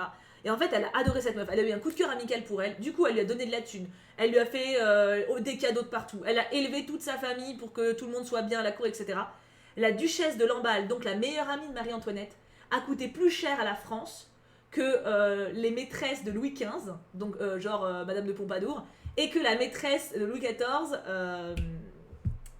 comment elle s'appelle, Madame de Maintenon. Elle a tellement, en fait, elle était tellement dans son monde, elle s'achetait des bijoux de bâtard, elle se rendait pas compte en fait. Et j'ai trouvé ça très intéressant parce que Zweig, il met un regard extérieur que moi j'avais jamais eu dans un bouquin en fait. J'avais jamais eu. D'habitude, j'ai que des discours très complaisants envers Marie-Antoinette parce que c'est quand même, elle a quand même vachement souffert dans ces dernières années de sa vie. Hein. Et du coup, voilà, c'est triste, tu vois, c'était une martyre à la fin, vraiment. Hein. Et du coup, c'est super marquant de voir quelqu'un lire noir sur blanc. C'était du foutage de gueule en fait. Elle a claqué des millions et des millions, elle a ruiné le royaume. Et elle était pas méchante. Mais en vrai, quand t'es dans ta bulle et que tu vois pas les choses, je me dis, c'est leur cas en fait. Je me dis, ils sont, genre Macron, tout ça, ils sont dans leur bulle et ils se rendent pas compte. Et ça fait pas forcément d'eux des gens méchants, je pense que si ça se trouve, ils pensent bien faire, vraiment, sincèrement, et peut-être qu'il y en a qui ont une vraie conscience, une vraie envie de faire les choses bien. Mais le roi lui disait rien, ses conseillers. Le roi, en fait, Louis XVI était très. C'était un peu un benet, enfin pas un benet, mais c'était quelqu'un, un balourd un peu, tu vois, il parlait pas beaucoup, il était très timide, il sentait qu'il avait pas de charisme, du coup il était très soumis à sa femme. Et il idolâtrait Marie-Antoinette, il la trouvait vraiment magnifique, superbe. Elle était très charismatique, très pleine de vie, tu vois, alors que lui il était très effacé. Et du coup il s'opposait jamais à elle, il payait tout ce qu'elle voulait. Et les conseillers, ils ont essayé de dire des trucs, mais tu peux rien dire. Il écoutait sa femme. C'était une bonne amie au moins. Ouais, bon, elle était cool, elle a été fidèle. Oui, elle a existé, Marie-Antoinette, bien sûr, c'est la femme de Louis XVI. Elle a été guillotinée pendant la Révolution française. Et en fait, justement, ce qui est dans Stéphane Zweig, ce qui est intéressant dans le bouquin, il dit qu'en fait, c'était une femme, une reine exécrable, et une humaine tout à fait classique et égoïste, jusqu'à ce qu'elle soit condamnée, enfin jusqu'à ce qu'en gros, il y ait la Révolution. Et là, elle a découvert ce que c'était que la dignité, et elle a découvert toute la dimension vraiment royale, en fait, de son rang. Et là, c'est devenu une femme.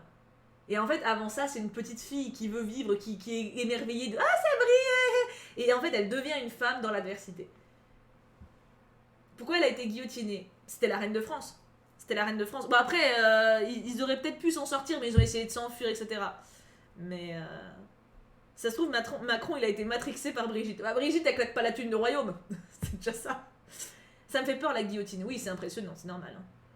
Oh oui, c'est ce que j'avais lu dans le manga sur Marie-Antoinette. Sa meilleure amie l'a manipulée un peu et son mari n'osait pas lui dire qu'elle dépensait beaucoup trop. Ah oui, non, mais elle a claqué une thune.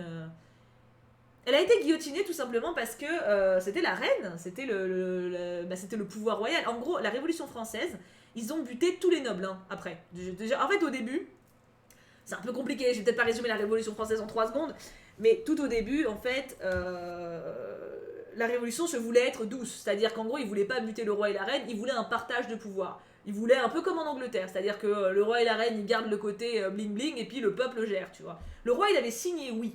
Sauf que ils ont essayé de s'enfuir. Et il faut savoir qu'à l'époque, Paris, du coup, il n'y avait pas vraiment de dirigeants, c'était le gros bordel, les gens crevaient de faim. Et du coup, les gens étaient un peu énervés. Donc en fait, ils ont cherché des boucs émissaires. Comme le roi et la reine ont tenté de s'enfuir avec leurs enfants, et bim, ça a été eux, ils ont été déclarés traîtres et ils ont été guillotinés. Et après ça, tous les nobles y sont passés. Ça a été un vrai massacre. En fait, la Révolution française, moi je trouve que c'est une des périodes les plus honteuses, bizarrement, hein, de ce qu'on a fait, parce que la Révolution c'était bien, mais ce que c'est devenu. En fait, le truc de départ était bon. Genre, ceux qui ont créé la Révolution, ceux qui l'ont faite, ceux qui ont fait le gouvernement provisoire, ça c'était super. Ceux qui ont pris les rênes après, en fait, c'était juste des gens qui voulaient le pouvoir à la place des autres. Et ils sont partis ils ont buté tout le monde. C'était un massacre. Paris, c'était un bain de sang permanent. Tous ceux qui étaient accusés. Tu sais, ce qui s'est passé en 39-40, point Godwin. Ah, lui, il est pote avec un juif. Bim, tu vas dans un camp. C'était pareil. Ah, lui, il est pote avec un homme. Ok, bim, décapité. Non, mais c'était un massacre. Paris, c'était la terreur. Les gens étaient terrifiés. Ils ont eu peur de tout. Ah non, mais c'est ça, la Révolution, c'était un massacre. C'était. T'es très cultivé sur l'histoire française, tu as eu combien d'histoire géo pour ton bac? Pas beaucoup, je crois pas. C'est juste que j'ai appris après en fait. La terreur après, oui, c'est vraiment une époque dont on n'a pas à être fier. Mais c'est ça. Et en vrai, quand je vois dire ouais, on a déjà fait la révolution, on peut recommencer. Tu sais, je me dis mais tu sais ce que c'était la révolution? Vraiment? Parce que le peuple il s'est entretué aussi, hein. C'est pas genre juste oh là là, on a tué le roi et la reine et on a tué les méchants. Non, non, non, non, non. Des gens merveilleux se sont fait buter à tour de bras, hein. Les gens du peuple, ceux qui ont instauré la révolution, se sont fait buter par ceux qui ont estimé qu'ils n'étaient pas assez radicaux. Ils se sont tous fait buter. C'était un massacre. Même Robespierre a été guillotiné, alors c'est lui qui l'a. Mais oui, c'est ça. C'est ça.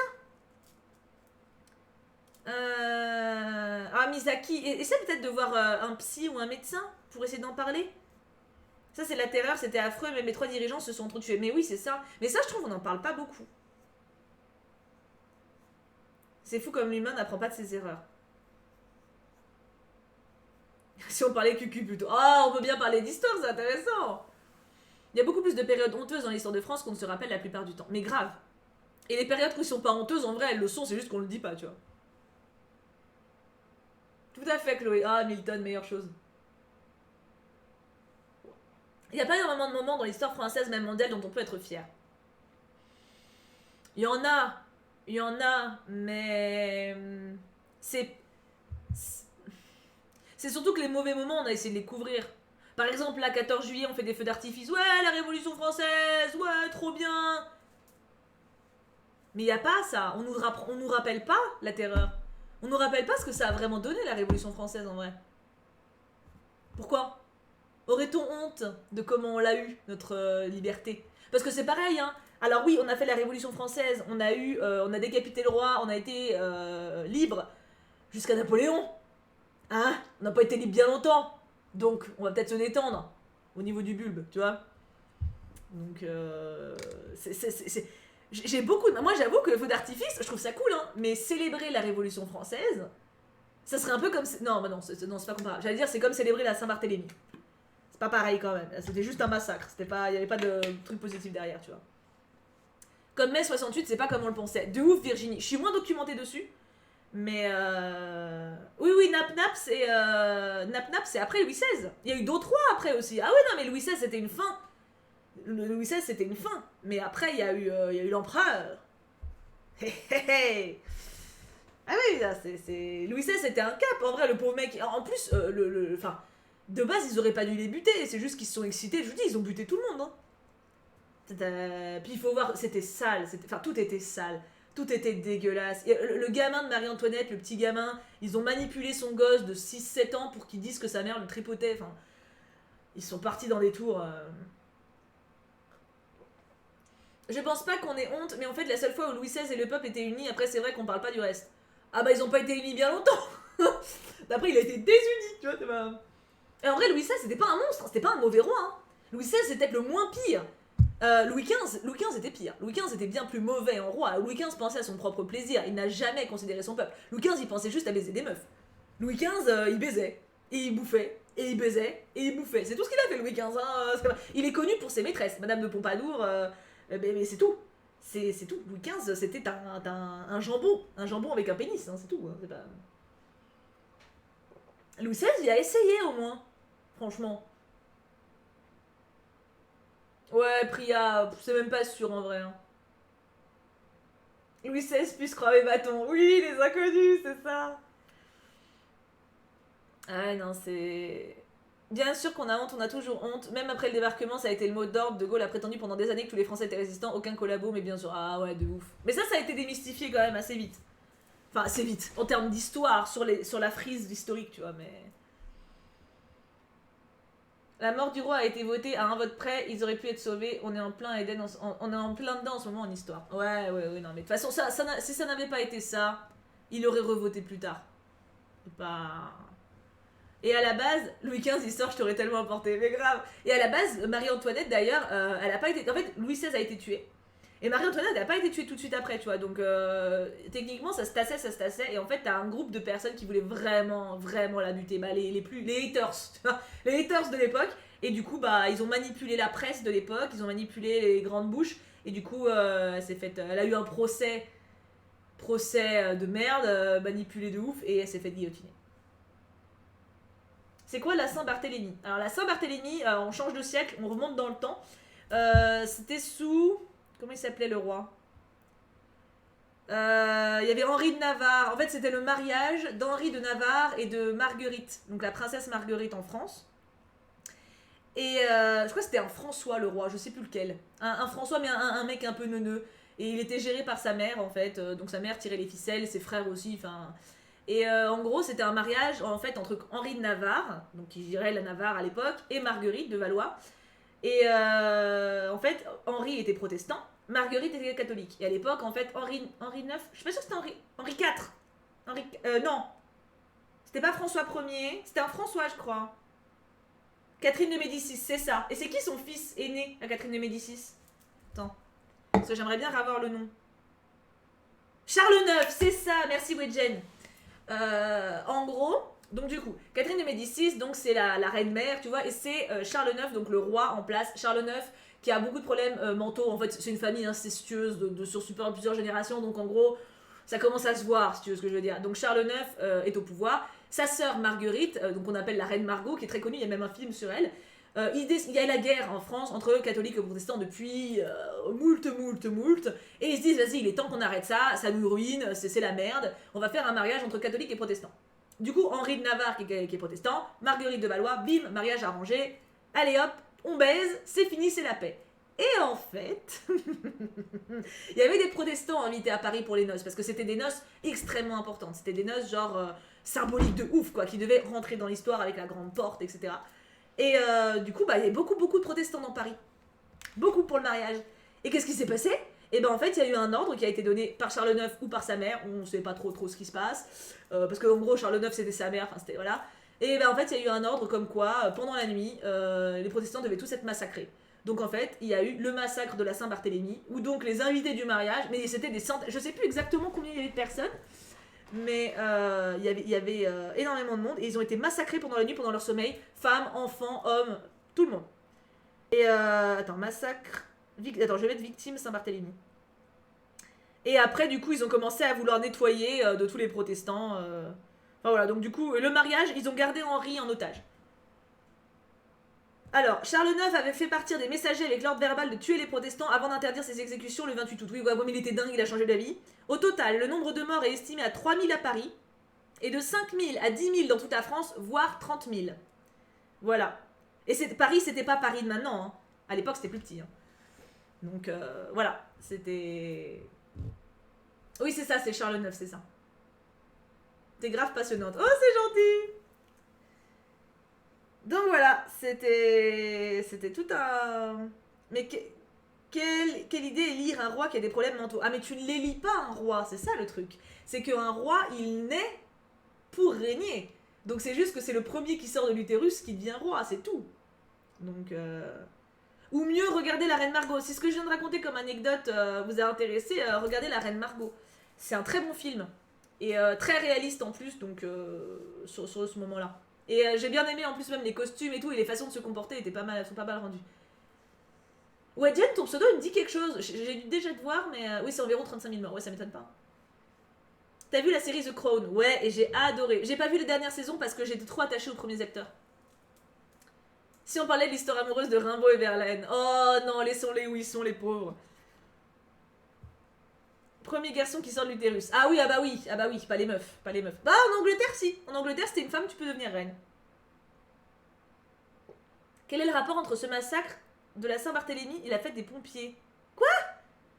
J'ai pas compris. Pourquoi la fête des pompiers? J'aime beaucoup comment tu racontes l'histoire, t'es passionnante, t'es trop intéressante. Oh bah écoute, tant mieux hein. Ah oui, les Tudors, c'est pareil. Si vous êtes intéressé par Henri VIII surnommé Barbe Bleue, les Tudors c'est passionnant. Les Tudors, c'est trop bien comme série. Henri VIII, c'est vraiment un roi d'Angleterre, en même temps que François Ier en France.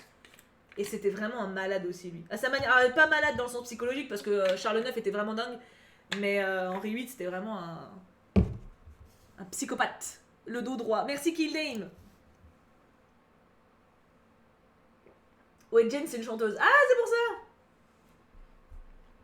Charles IX, c'est pas l'aîné de Catherine de Médicis, c'est un certain François, mais qui est mort jeune du fait de son petit frère, Charles a été placé sur le trône alors que comme Louis XVI n'était pas prêt pour ça. Ah oui, oui, oui, oui. Effectivement, oui, mais comme le premier il a pas régné, je le compte pas. Est-ce que tu comptes refaire un live où tu vas avoir une page Insta? Peut-être un de ces quatre, ouais. Oui, sans doute d'ailleurs un de ces quatre, mais. Ma reine préférée c'est Catherine de Médicis. Ah ouais? Ah, pas moi. Oh, c'était, elle a été efficace, hein, mais elle était dure. Hein, c'est pas ma favorite, Catherine. Non, non, non. Ma prof de littérature a littéralement un crush sur Rimbaud. Bon, en même temps, c'est The Fantasme de l'époque. Hein. Henri VIII, ça me fait trop penser à PH. Je comprends pas la vanne. Est-ce qu'il y a un film sur la reine Marie-Antoinette? Alors oui. Avec Keira Knightley. Non, c'est pas Keira Knightley. Non, non, mais il est très artificiel. Je l'ai pas. Je me souviens plus de l'avoir vu. Mais. Il y a un film sur elle. Après, je sais pas ce qu'il vaut. La fête des pompiers, c'est la Sainte-Barbe le 4 décembre, donc rien à voir. Oh, il me semblait bien, hein.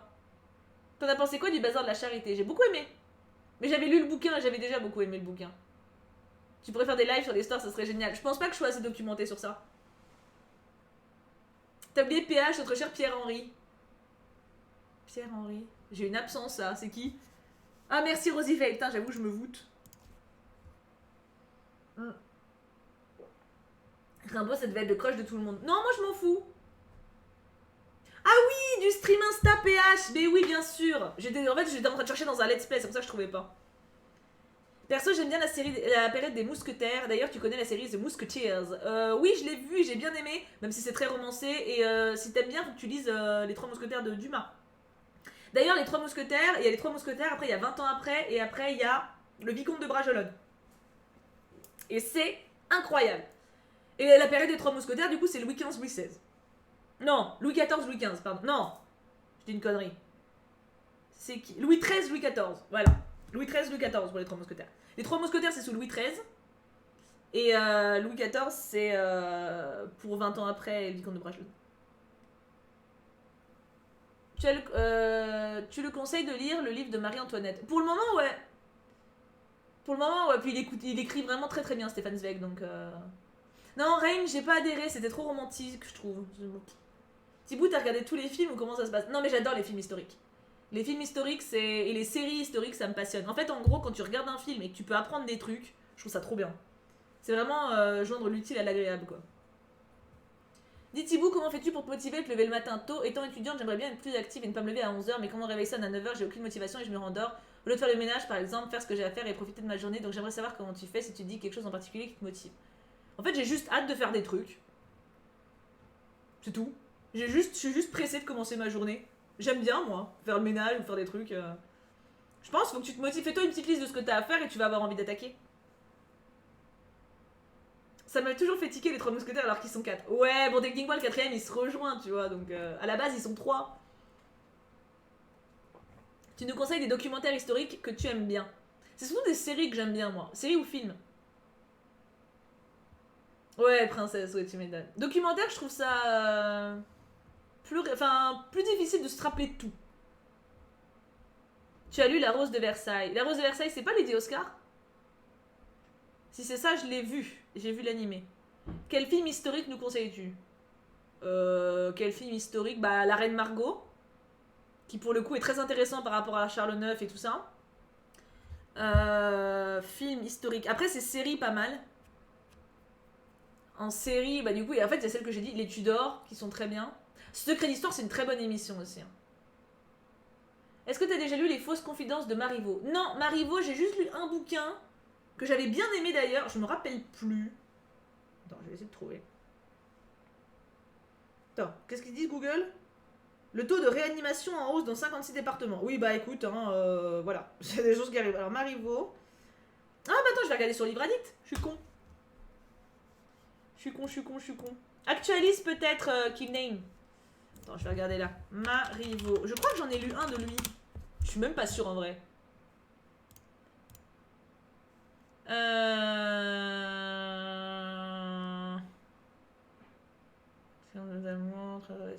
non, peut-être pas en fait. Ah si, La vie de Marianne. J'ai lu La vie de Marianne. Et j'avais adoré. C'est tout ce que j'ai lu de lui. Tu pourrais faire un post Insta avec toutes tes séries que tu recommandes. Il y en a trop. Il y en a beaucoup trop. Non, en vrai, faut regarder les updates films et séries que je fais peut-être. Marivaux, faut absolument lire La Double Inconstance. Ah ouais?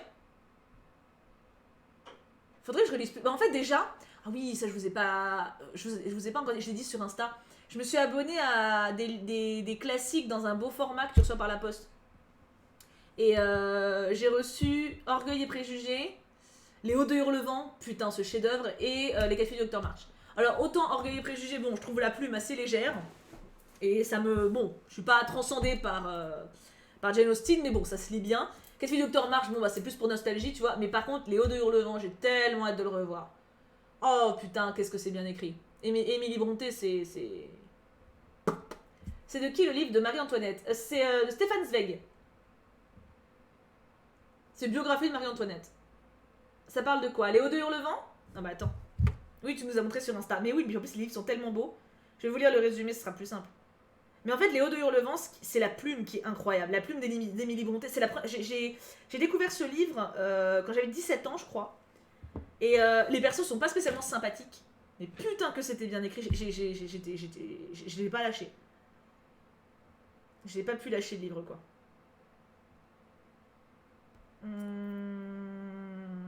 Voyons voir. Est-ce que j'ai un résumé? Résumé, voilà. Une histoire d'amour et de vengeance dans un pays sauvage de l'Angleterre. Monsieur Hanshaw, père d'Hindley et de Catherine, adopte Heathcliff, qui tombe amoureux de Catherine, tandis qu'une rivalité s'instaure entre lui et Hindley. Voilà.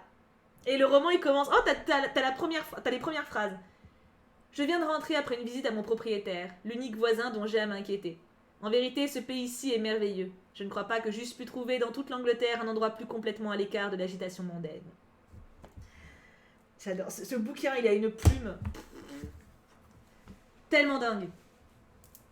Et le personnage de Heathcliff, si vous aimez les anti-héros, Heathcliff, c'est... Et du coup, je suis trop contente parce que... en fait, pourquoi je me suis abonnée à ces bouquins-là? C'est parce que... en fait, les classiques, j'en ai plus dans ma bibliothèque. J'ai tout donné ou vendu, surtout donné, quand on a déménagé, parce que ça m'encombrait que je les lisais plus. Et je me disais, vas-y, de toute façon, si je veux les relire, je les rachèterai. Parce que c'est bien aussi de faire vivre un petit peu le monde du livre. Et du coup, en fait, là, ça va me permettre de redécouvrir des livres, ou d'en découvrir aussi, parce qu'il y en a plein dans l'abonnement que je n'ai jamais lu. Et dans de très belles conditions, donc... trop cool, quoi. Thibaut, je l'ai lu au collège, j'ai pas réussi à le finir, mais j'ai pleuré, je crois. Oh, sérieux? Ah bah oui, il y a un moment, ça m'étonne pas. Est-ce qu'il y en a parmi vous qui ont lu Les Hauts de Hurlevent? Je me suis abonnée aussi, j'ai hâte de les recevoir. Ah, tu m'étonnes. Hello Thibaut, je viens pour me remonter le moral. Ah bah écoute, on parle de littérature et de films, et d'histoire, et de guillotine. Orgueil et Préjugés, dans sa langue originale, c'est extrêmement bien écrit. Ah ouais. Ah ok, parce qu'en français, je trouve pas ça ouf. Après, je l'avais lu il y a longtemps, peut-être je vais changer d'avis. Hein. Non, jamais. Mais il est pas très connu, Les Hauts de Hurlevent. Peut-être parce que la plume, elle est quand même d'un level au-dessus. Hein. Parce que... enfin, Orgueil et Préjugés, je vous dis, à lire, c'est facile. Les Hauts de Hurlevent, t'as un très beau niveau de langage. Si t'aurais pu faire partie de ces époques, roi, reine de France, aurais-tu préféré faire partie de la noblesse ou du bas peuple? Bah, ça dépend quelle époque, hein. Clairement, si tu me dis Révolution française, vaut mieux pas être noble, hein. C'est marrant. Ah ouais, non, franchement, Les Hauts de Hurlevent, essayez de l'emprunter, hein. Franchement, il est magnifique. C'est Les Hauts de Hurlevent. Attends, je vais vous l'écrire. Parce que c'est vrai que c'était pas simple de deviner. Hop. Et c'est de Émilie Brontë. Oh, et t'as aimé Alice? J'ai lu Les 4 filles du Docteur March, je l'ai pas fini par contre, mais j'ai bien aimé. Ah, Les 4 filles du Docteur March, alors pour le coup, Les 4 filles du Docteur March, c'est très facile à lire et c'est génial. C'est génial à lire. J'ai préféré Jane Eyre. Jane Eyre, je l'ai lu, j'ai pas trop adhéré. En fait, Jane Eyre, moi je la trouve un peu comme Madame Bovary. C'est un peu des héroïnes qui font la gueule non-stop et j'ai juste envie de les frapper au bout d'un moment. J'aime pas les gens qui se plaignent non-stop, qui agissent pas et qui se morfondent. Je suis pas assez compatissante pour ces héroïnes-là. J'avais étudié Les Hauts de Hurlevent et Pride and Prejudice, Orgueil et Préjugés en littérature anglaise. Jane Austen, c'est simple à lire parce qu'elle sait manier la plume et c'est si beau. Alors par contre, Jane Austen, j'ai autant détesté l'héroïne Non, pardon. Jane Eyre, j'ai détesté l'héroïne, par contre c'est très très bien écrit. La plume de Jane Eyre est magnifique. Non, je connais pas Sodalink au Forion. Comment ça s'appelle l'abonnement Attends, je sais plus, je vais essayer de trouver ça. Parce que tout à l'heure j'essaie d'aller sur le site pour payer le truc d'après et le site était hors service. C'est... Attends, bouge pas. Je vais dessus. Livre et BD. Roman éternel, ça s'appelle. Bah attends, je peux vous passer le lien, je suis con. C'est ça. Hop. Madame Bovary, le livre que je dois lire en français. Ah, il est culte, hein. Il est culte, Madame Bovary. Mais j'ai pas aimé, moi. Jane Eyre est un personnage, Thibaut, tu dois confondre avec Jane Austen. Non, non, non. Jane Eyre... Ah, attends. Jane Eyre, j'aime pas le personnage. Jane Austen, j'aime pas sa plume. C'est pas pareil, en français, en français. Madame Bovary, moi, Personnellement, je compatis pas du tout avec Madame Bovary, mais pour son mari, pareil. Pareil, c'est... Ça passe pas bien. Mais les Cathy Docteur March, franchement, enfin, il est très simple à lire, Cathy Docteur March. Et c'est un plaisir. Ah bah c'est bien, Gaïa. Princesse de Montpensier, c'est sympa, mais bon, je le trouve pas ouf. J'adore Léo de Hurlevent, comme tu le dis si bien, la plume est merveilleuse et la qualité de manga dans la langue originale. De manga dans la langue d'original. De même, le personnage dans. Attends, parce que t'as des mots. Toute l'histoire a un vrai souffle gothique anglais incroyable. Oui, alors pour le coup, t'as vraiment l'ambiance anglaise dans Léo de Hurlevent.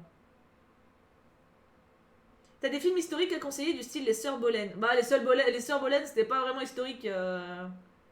J'en ai pas vraiment en fait des films. Faudrait que j'y réfléchisse là comme ça, j'en ai pas. La liste de Schindler, mais c'est Seconde Guerre mondiale. Donc, il est si chiant, Madame Bovary, mais le taf de Flaubert, je suis impressionnée. Je trouve pas chiant à lire, par contre, j'ai beaucoup aimé le lire, à part les descriptions. Mais c'est le personnage de Madame Bovary, j'aime pas. Voilà, tu as lu Thérèse Raquin? Je crois pas. Si je l'ai lu, c'est au lycée, je m'en souviens pas, mais je crois pas. Tu connais la princesse de Clèves? Oui, et j'aime beaucoup pour le coup. As-tu lu La parure de Maupassant? Non, j'ai pas lu beaucoup de Maupassant. Je crois que j'ai lu Une vie et un autre de lui, mais pas plus que ça.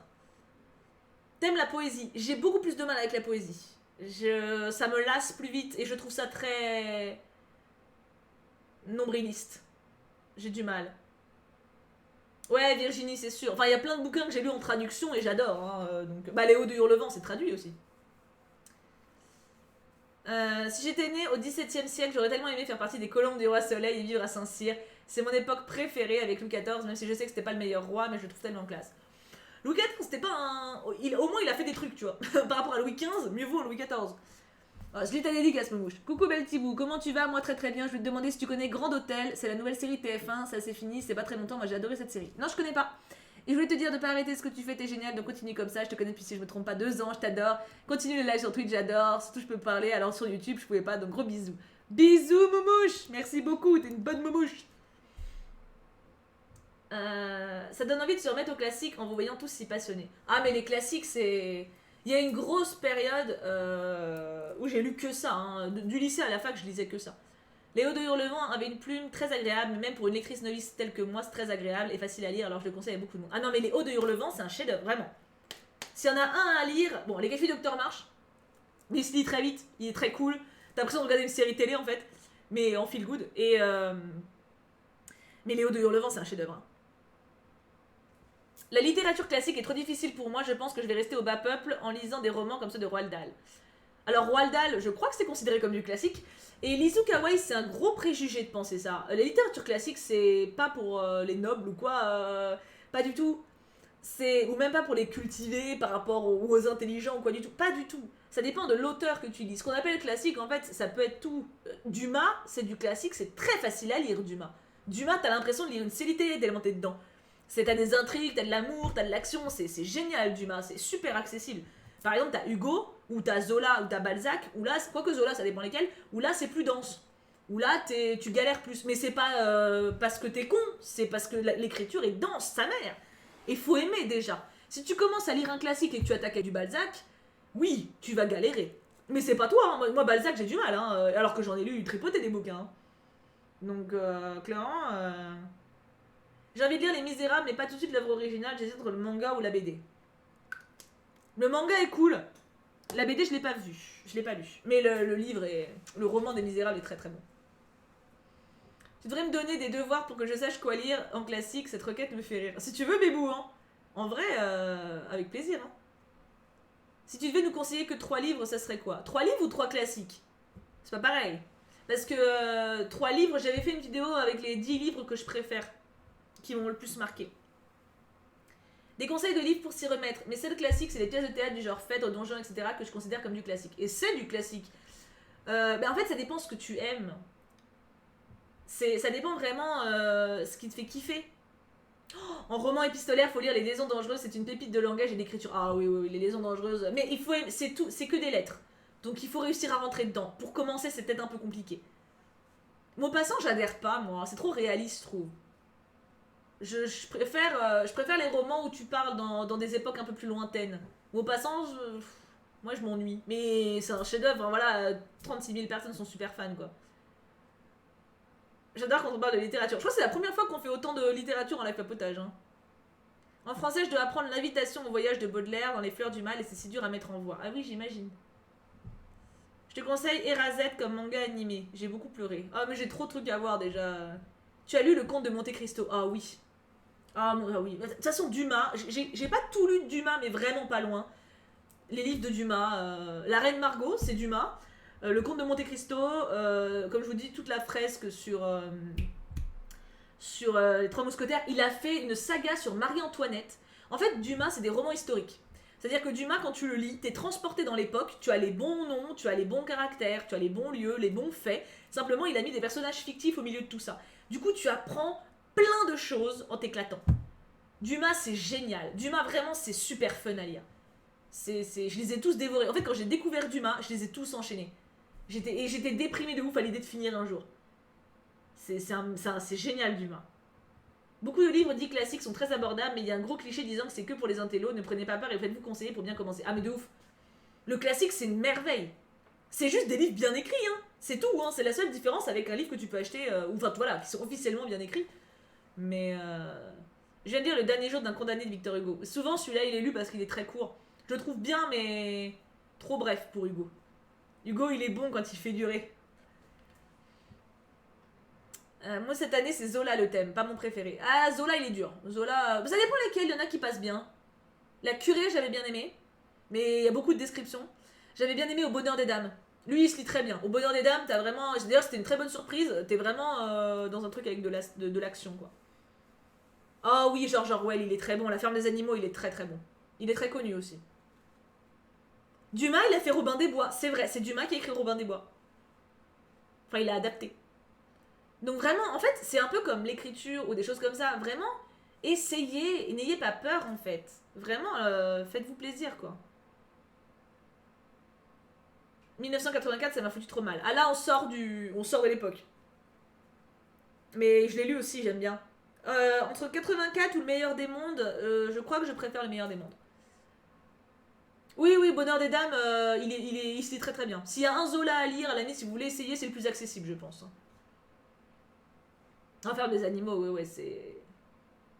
Oui, Molière, classique. Ah, c'est trop cool, Anako, trop bien. L'étranger de Camus, français, ouais, forcément. Mais c'est souvent les mêmes titres qui reviennent avec l'école. Mais enfin, il y a tellement de trucs à lire. Un de Hugo, un de Hugo qui est fou, c'est L'homme qui rit. L'homme qui rit, c'est absolument incroyable. Qu'est-ce que tu penses de Camus ou les absurdes comme Ionesco? Camus, j'ai pas lu grand chose, donc j'en pense pas grand chose. Par contre, l'absurde, j'arrive pas. Ionesco, moi, j'étais allée voir une pièce de théâtre, j'étais allée voir Les Chaises, je crois. J'ai cru que j'allais mourir. Je supporte pas. Ionesco, je peux pas. J'arrive un peu avec Rhinocéros. Un peu. Mais le reste. Les classiques, ça vaut pas cher. Déjà, vous pouvez tous les emprunter en médiathèque. Déjà, c'est sûr, ils y sont. Et si vous voulez les acheter, un poche, c'est 6 balles et vous avez un truc comme as. Hein, donc. Quels sont les meilleurs classiques pour commencer? Dur à dire. L'homme qui rit ou celui qui a inspiré le Joker? Même pas en vrai. Enfin, peut-être pour le look, mais en tout cas pas niveau mentalité. Mais. L'homme qui rit, niveau mentalité, niveau valeur et tout, il est incroyable. C'est le plus engagé de Hugo. Il y a un discours où Gwynplaine il parle face aux nobles. Oh putain, à ce moment-là, j'ai eu les poils qui se dressaient sur les bras en le lisant, quoi. C'est. Ouais, alors en attendant Godot, Beckett, j'ai beaucoup moins de mal. Ionesco, je peux pas, Beckett, j'avais bien aimé. En attendant Godot, j'avais bien aimé. Le Horla, j'avais beaucoup aimé aussi. Putain, en vrai, j'ai lu beaucoup de classiques, hein, quand même, hein.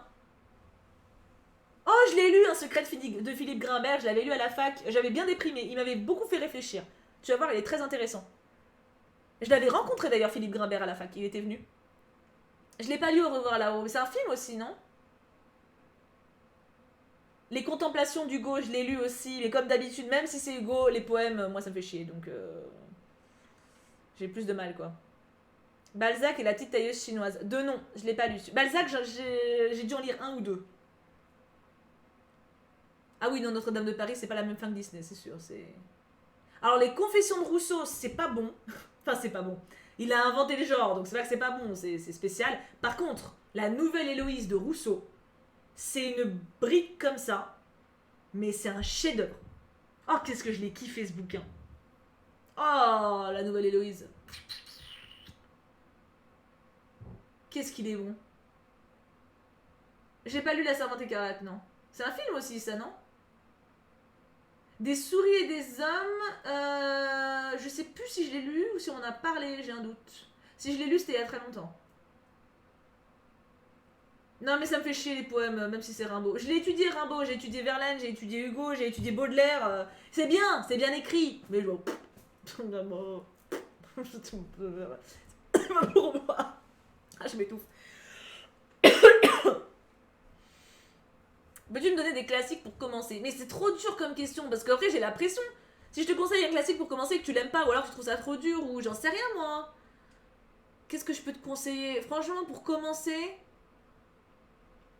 en vrai, un Dumas. Peut-être un Dumas tout seul, parce que genre si tu commences par les Trois Mousquetaires, c'est un peu dense, parce qu'après t'as quand même 5 tomes en tout. Tu peux faire La Reine Margot. La Reine Margot de Dumas. Mais il est un peu long, il est un peu dense quand même, mais il est vraiment bien. Ou alors sur Marie-Antoinette. En fait, ça dépend quelle période historique t'intéresse plus pour Dumas. Base-toi là-dessus, parce que ces romans sur Marie-Antoinette sont passionnants aussi. Je te conseillerais bien du Hugo, mais il a une plume vraiment recherchée. Si tu commences, ça risque de te décourager un peu. Les Hauts de Hurlevent, c'est un peu un style gothique anglais, c'est très très beau, t'es vraiment emporté dans l'univers. Le premier classique que t'as lu, oh je m'en rappelle plus. Pauline de Dumas est pas mal. Ah, j'ai pas aimé du tout, moi. J'ai trouvé facile, sans intérêt, j'ai pas. Après, j'avais déjà tellement le truc haut. Le lien du truc, je l'ai peut-être encore, attends. Ouais, c'est bon, je l'ai encore. Mais ça, c'est juste pour l'abonnement que j'ai, hein, c'est pas. Ah, Miss Rubilia, oui, je les ai pas lus. Je les ai pas lus, mais je ne doute pas que ce soit très très beau. J'ai lu juste. Alors, l'ancien titre, c'est Les 10 petits nègres, mais il a été renommé. Et je sais pas le titre qu'il a. Mais j'ai juste lu ça d'Agatha Christie quand j'étais au collège. C'était un titre qui m'avait été demandé par les profs. J'avais beaucoup beaucoup aimé. Qu'est-ce qu'il faut pour toi pour avoir un bon roman? Je suis curieuse. Alors, c'est une très bonne question. Qu'est-ce qu'il faut pour moi pour avoir un bon roman? Que je me sente emportée dans l'histoire, que j'ai envie de savoir ce qui va arriver au personnage, que je trouve la plume belle, que je trouve la tournure des phrases agréable, que tout ça, en fait. Et que ça me fasse vivre quelque chose. Quand je ferme le bouquin, déjà, il faut que j'ai pas envie d'arriver à la fin. J'ai un vrai bon, parce que attends, il y en a plein que j'ai lu qui étaient bons, mais un vrai bon, genre un coup de cœur, un vrai bon, je suis comme ça.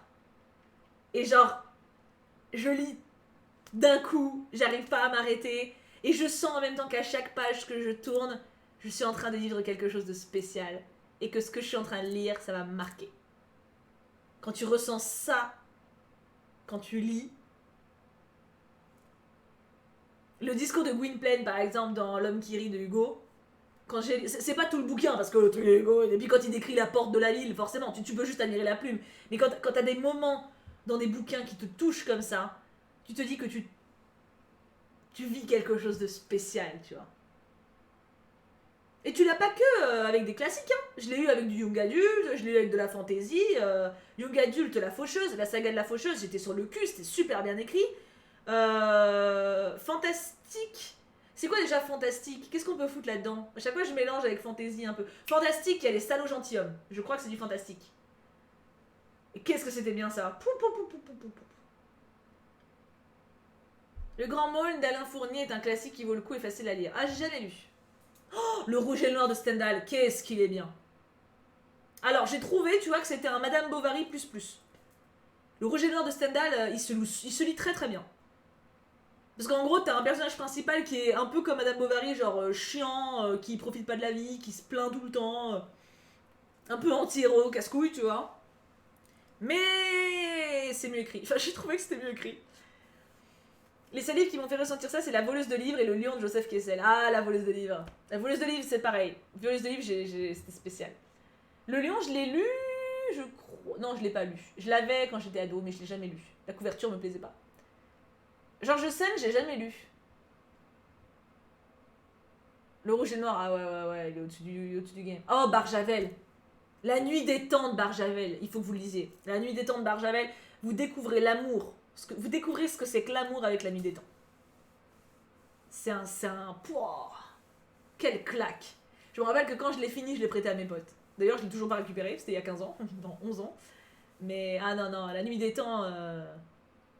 Oui, La passe miroir, je l'ai lu, et il me manque le dernier tome. Mais en fait, ce qui me fait chier, c'est que je les avais empruntés à ma médiathèque. Et le dernier tome, du coup, j'ai pas envie de l'acheter parce que bah c'est con, j'ai pas les 3 premiers. Du coup, puis je suis plus trop en phase young adulte, mais j'avais adoré. Fantastique, irréaliste mélangé au réaliste. Ouais, je saurais pas doser vraiment ce qui rentre là-dedans.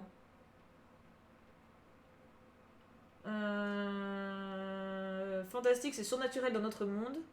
Fantasy dans un autre monde. Du coup, les salauds gentilshommes, je pense que c'est de la fantasy plutôt. Oh, un qui était excellent. Et qui doit être du... Je sais pas du coup ce que c'est. C'était L'échiquier du mal. Ça aussi, c'était bon. L'échiquier du mal. Bah attends, c'est quoi? Je vais vous lire les résumés un peu. La nuit des temps. Attends, vas-y. La nuit des temps de Barjavel. Résumé. La nuit des temps. Oula, c'est grave long comme résumé. Ah non, mais attends, il te résume tout le livre. Ah non, mais non, pas de spoil. Bah dis donc, Marcel. Ça ne va pas, ça. La nuit des temps résumé. La Wikipédia... Ah. Son monde semble similaire au nôtre, mais pas à la même époque. Elle vivait il y a 900 000 ans dans une civilisation bien plus avancée, appelée Gondawa, à l'aube d'une guerre qui dévasta la terre entière. Elia et son compagnon Païkan sont destinés l'un à l'autre depuis leur enfance et s'aiment d'un amour infini. Si vous aimez les histoires d'amour, vous allez adorer. Si vous n'aimez pas les histoires d'amour, vous aimerez encore plus. C'est une merveille. Et c'était quoi l'autre que vous m'avez demandé? La nuit... Non, c'est pas la nuit des temps. C'est quel que vous m'avez dit après? Ah si, c'était l'échiquier du mal que je voulais vous lire. Ça, c'était La nuit des temps de Barjavel. Et l'échiquier du mal de Dan Simmons. Ah, est-ce que je vais avoir un résumé correct? Ouais, l'échiquier du mal. Saul Lasky est un juif rescapé du camp d'extermination de Chelmno en 1942 pendant la Seconde Guerre mondiale. Pendant près de 40 ans, il traque sans relâche son tortionnaire nazi de l'époque, l'Oberst, disparu sans laisser de traces après la guerre. Puis au mois de décembre 1980, une série de meurtres inexpliqués à Charleston, en Caroline du Sud, remet Paul sur la piste de son ancien bourreau. Alors là, comme ça a l'air d'un policier, mais en fait pas du tout. Il y a des pouvoirs magiques, il y a... Enfin, c'est d'une psychologie incroyable. Des young adultes que t'as beaucoup aimé. Oh, il y en a plein. Oh, il y en a plein. Attends, putain, young adult. J'ai eu une grosse phase young adult. Hein. Attends, je vais ouvrir une autre page parce que je vais aller sur Livre Addict. Ça va m'aider pour vous lire en même temps.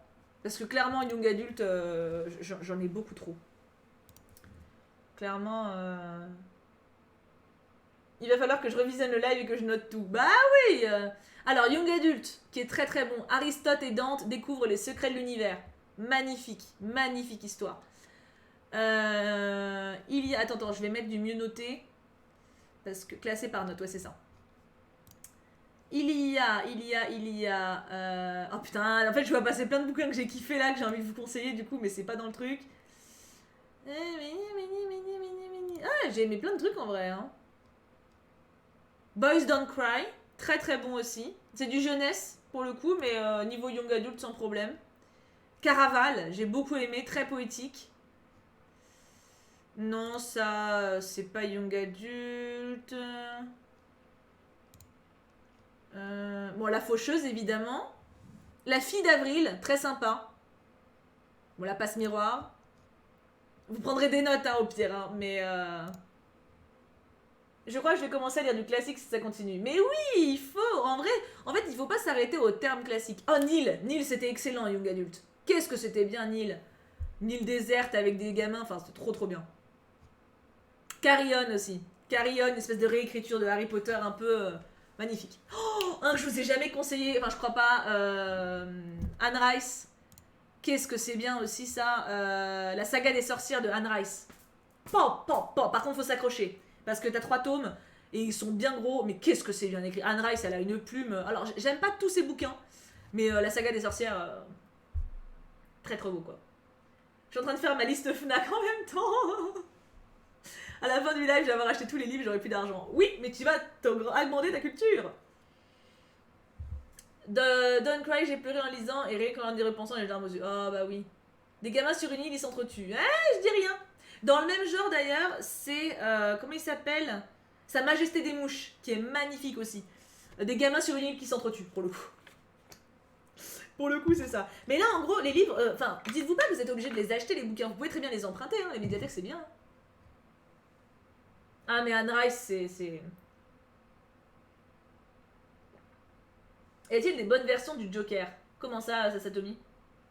La saga Outlander est très prenante. J'ai pas lu. J'adore les livres de Bernard Werber, tu connais. J'ai lu énormément. Je crois que j'avais lu quasiment tous ses bouquins jusqu'à il y a 10 ans de ça. Quand j'étais ado, j'ai lu énormément de Werber. J'adorais. Maintenant, ça m'a lassé. Au bout d'un moment, en fait, quand t'as lu tous ses bouquins, ça tourne en rond, je trouve. La saga des sorcières serait mieux que celle de Lestat le vampire. Je la trouve bien mieux. Lestat le vampire, je lâche très vite, alors que la saga des sorcières, je l'ai défoncée. 852 pages pour Anne Rice. C'est peut-être les 3 tomes rassemblés, non? Je crois pas que... Ah oui, non, c'est ça. C'est ça. 992 pages le premier tome pour la saga des sorcières. Il y a de quoi faire. Petite question, qu'est-ce qui t'a fait autant aimer les sorcières? Alors de base, je suis passionnée des sorcières depuis que je suis gamine. Depuis que je suis enfant, j'adore les sorcières parce que je les trouve classe, ténébreuses, belles, sexy. Elles ont un côté plus glamour et plus libre que les héroïnes. Même si j'adorais aussi les princesses et héroïnes. Et plus récemment, bah, c'est tout simplement leur histoire en fait. Parce que les sorcières, c'est nous.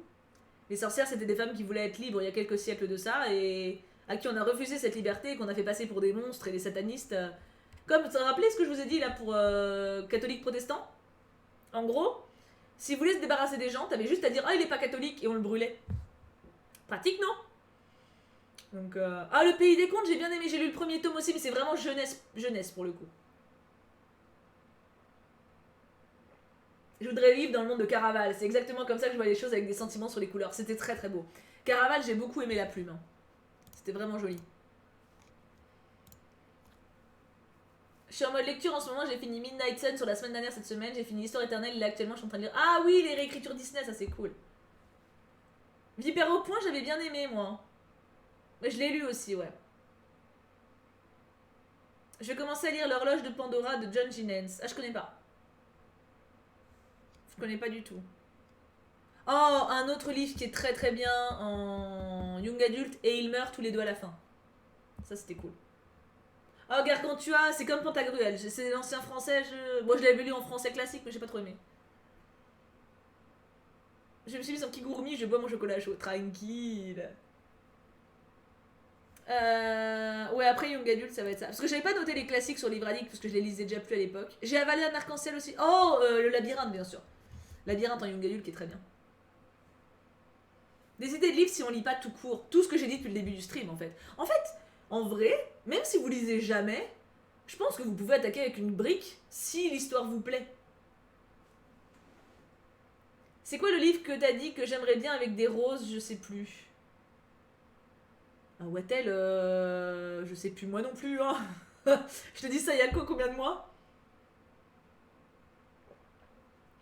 Oh, Julie la princesse, courage. On était des sorcières. Eh, bah oui. Ah oui, alors, le livre des sorcières, faut grave le lire. Hein. Mais non, franchement, avec tous ces romans, j'ai encore plus hâte que mes commandes arrivent chez moi, ainsi que les sorties de livres prochaines. Ah bah oui, là, t'as de quoi faire. Hein. Franchement, merci ma tornade. J'aime Joker dans Batman, mais en gentil. Ah, mais ça n'existe pas. Il n'y a pas de Joker gentil. Non, c'est toi le contraire, j'ai jamais lu. Je l'ai dans ma pile à lire depuis 5 ans, genre. J'ai vu Marie Fruity, ça m'a trop fait rire. Parce que je l'ai lu, j'avais vu il y a pas très longtemps, sur Challenge Insta en plus. En vrai, lire c'est trop bien, faut juste une histoire qui t'intéresse. Mais de fou. Mais de fou. Voilà, Wattel par exemple, elle lit jamais. Et elle a commencé La Faucheuse parce que j'en ai parlé, elle l'a défoncé. En plusieurs mois, elle a pris son temps, mais elle les a lus. Hein. Ah, des épines et des roses pour Wattel, oui, c'est possible. Je pense que je vais regarder toutes les updates lecture et prendre des notes. Parce qu'en fait, en vrai, il y a beaucoup de livres que j'ai mentionnés aujourd'hui là. En tout cas, pour tous les young adultes, j'en ai parlé dans mes updates lecture. Les young adultes, c'est sûr. Les classiques, non, par contre. Les classiques, je vous dis, ça date de il y a 10 ans. Donc, mais là, je vais m'y remettre un peu. Bah, déjà là, j'ai Stéphane Zweig, même si c'est pas du classique, mais c'est un peu une plume de même genre. Et après, je vais lire mes beaux bouquins. Donc, ça va me faire du bien. Tu connais Le Bâtard de Cozigan? De nom seulement. Tu vois, dans ta dernière update lecture, quand t'as parlé des réécritures Disney, bah moi j'avais juste celui sur Maléfique, je comprends pourquoi j'ai rien compris. Ah, tu m'étonnes. Mais de ouf. Merci Thibaut Darab. Ah oui, bah écoute, tant mieux, Gaïa, si t'as aimé le webtoon. Je sais pas si tu te souviens, mais il y a 2 ans, je t'ai envoyé un extrait d'une histoire que j'ai écrite, tu m'as jamais dit ce que t'en pensais, je vais la poster sur Wattpad bientôt. Bah écoute, tant mieux, Miss Rubila, t'as raison, et je peux pas lire vos histoires, malheureusement. Concours d'écriture, je peux parce que c'est des trucs très courts, donc je peux de temps en temps en choper quelques-uns, mais vos histoires sur Wattpad, vous êtes plein à les envoyer, vous imaginez bien le temps que j'ai pas le temps, quoi, enfin c'est pas possible. Ah non, je connais pas Rosie Phelps. Par contre, un super bouquin, ah celui-là il est tellement beau, La part de l'autre sur Hitler. C'est en gros La part de l'autre. C'est le bouquin, il est écrit en parallèle. T'as la vraie vie d'Hitler et en même temps t'as la vie fictive en même temps. C'est-à-dire que par exemple, en fait, en gros, il part du principe que la vie d'Hitler elle a basculé quand il a été refusé dans son école d'art. Donc en gros, l'histoire, elle se divise à ce moment-là. Donc t'as la vraie vie où il a été refusé, puis après ça se déroule. Et en fait, ils ont écrit, et si jamais il avait été accepté, et en fait, du coup, ça se déroule en parallèle, quoi. Et il est très facile à lire, il est génial. La part de l'autre, c'est. Puis en plus, ça t'apprend la vie d'Hitler. Donc pour le coup, tu apprends des choses, et tu t'attaches à l'autre Hitler, à l'Hitler gentil, du coup. Et tu te rends compte aussi que, bah, en fait, un être humain ne devient pas quelqu'un de super mauvais. Il n'est pas dans ses gènes, en fait, de naissance, il le devient par son contexte historique, par les rencontres qu'il fait, par les amitiés qu'il crée. Et c'est trop trop bien. Si tu devais choisir un seul livre, ce serait lequel? Question difficile, je sais. Alors non, Sheima, il n'est pas devenu un monstre parce qu'il a été refusé dans une école. En gros, ils ont pris un point de rupture ici, ça aurait pu être plus tard, ça aurait pu être avant. Enfin, c'est juste pour montrer qu'en gros, une vie, elle est ponctuée justement de plein de choses. Un seul livre.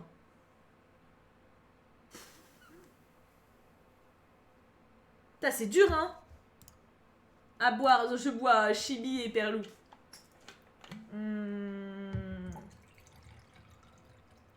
Je sais pas si je mettrais pas. Si je mettrais pas La Voleuse de livres. Quand même. Parce que La Voleuse de livres. Je pense que si je pouvais plus qu'en lire un seul, je le garderais quand j'ai vraiment besoin de sortir tout ce que j'ai en moi. La Voleuse de livres, si je le relis, je sais que je vais pleurer autant que quand je l'ai découvert. Mais pas pleurer genre c'est triste, pleurer genre au fond de mes tripes, tu vois. C'est vraiment un très très très très très bon livre. Et très très bien écrit. Et pour le coup, l'écriture est très simple. La Voleuse de livres, c'est écrit de manière très simple. Très très très très facile à lire. Et il est fou. Les carnets de cerises, oui, je connais. Parler en de détecteur aussi, je les ai tous lus, c'était génial. Ah, trop bien, Rim. Ah, le magazine Witch, ouais, j'ai trop kiffé aussi. Je suis contente que t'aies kiffé, c'est cool. Je connais, mais j'ai jamais lu. Je savais même pas que c'était un bouquin en vrai. Je vais peut-être vous laisser mes bouchons parce que ça va faire 2 heures qu'on cause. Ah, La Voleuse de livres, il faut le lire. Ah, La Voleuse de livres, c'est une merveille.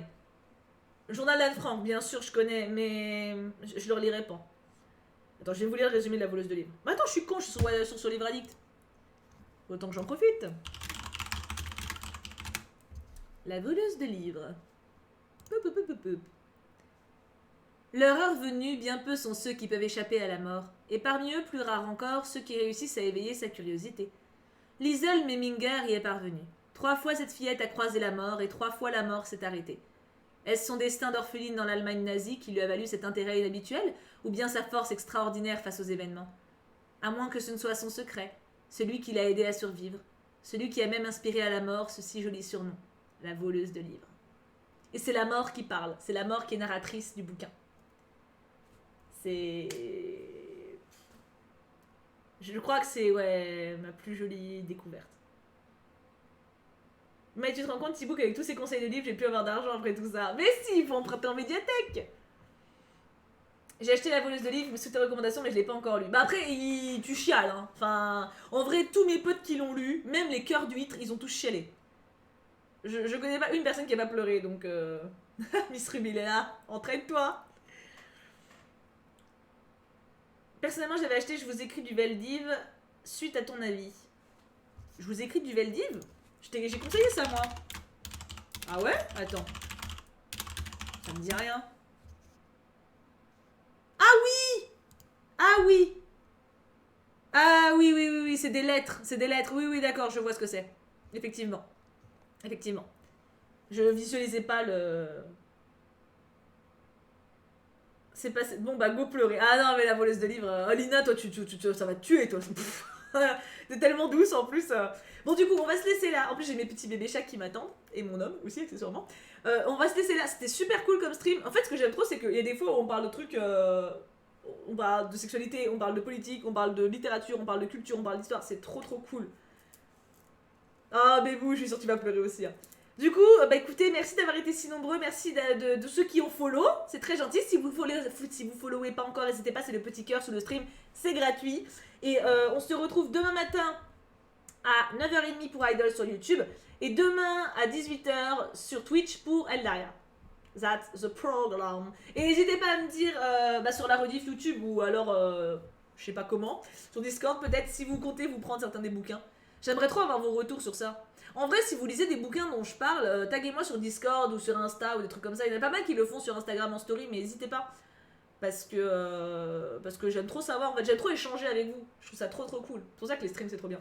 Du coup, bisous, dormez bien, et à demain!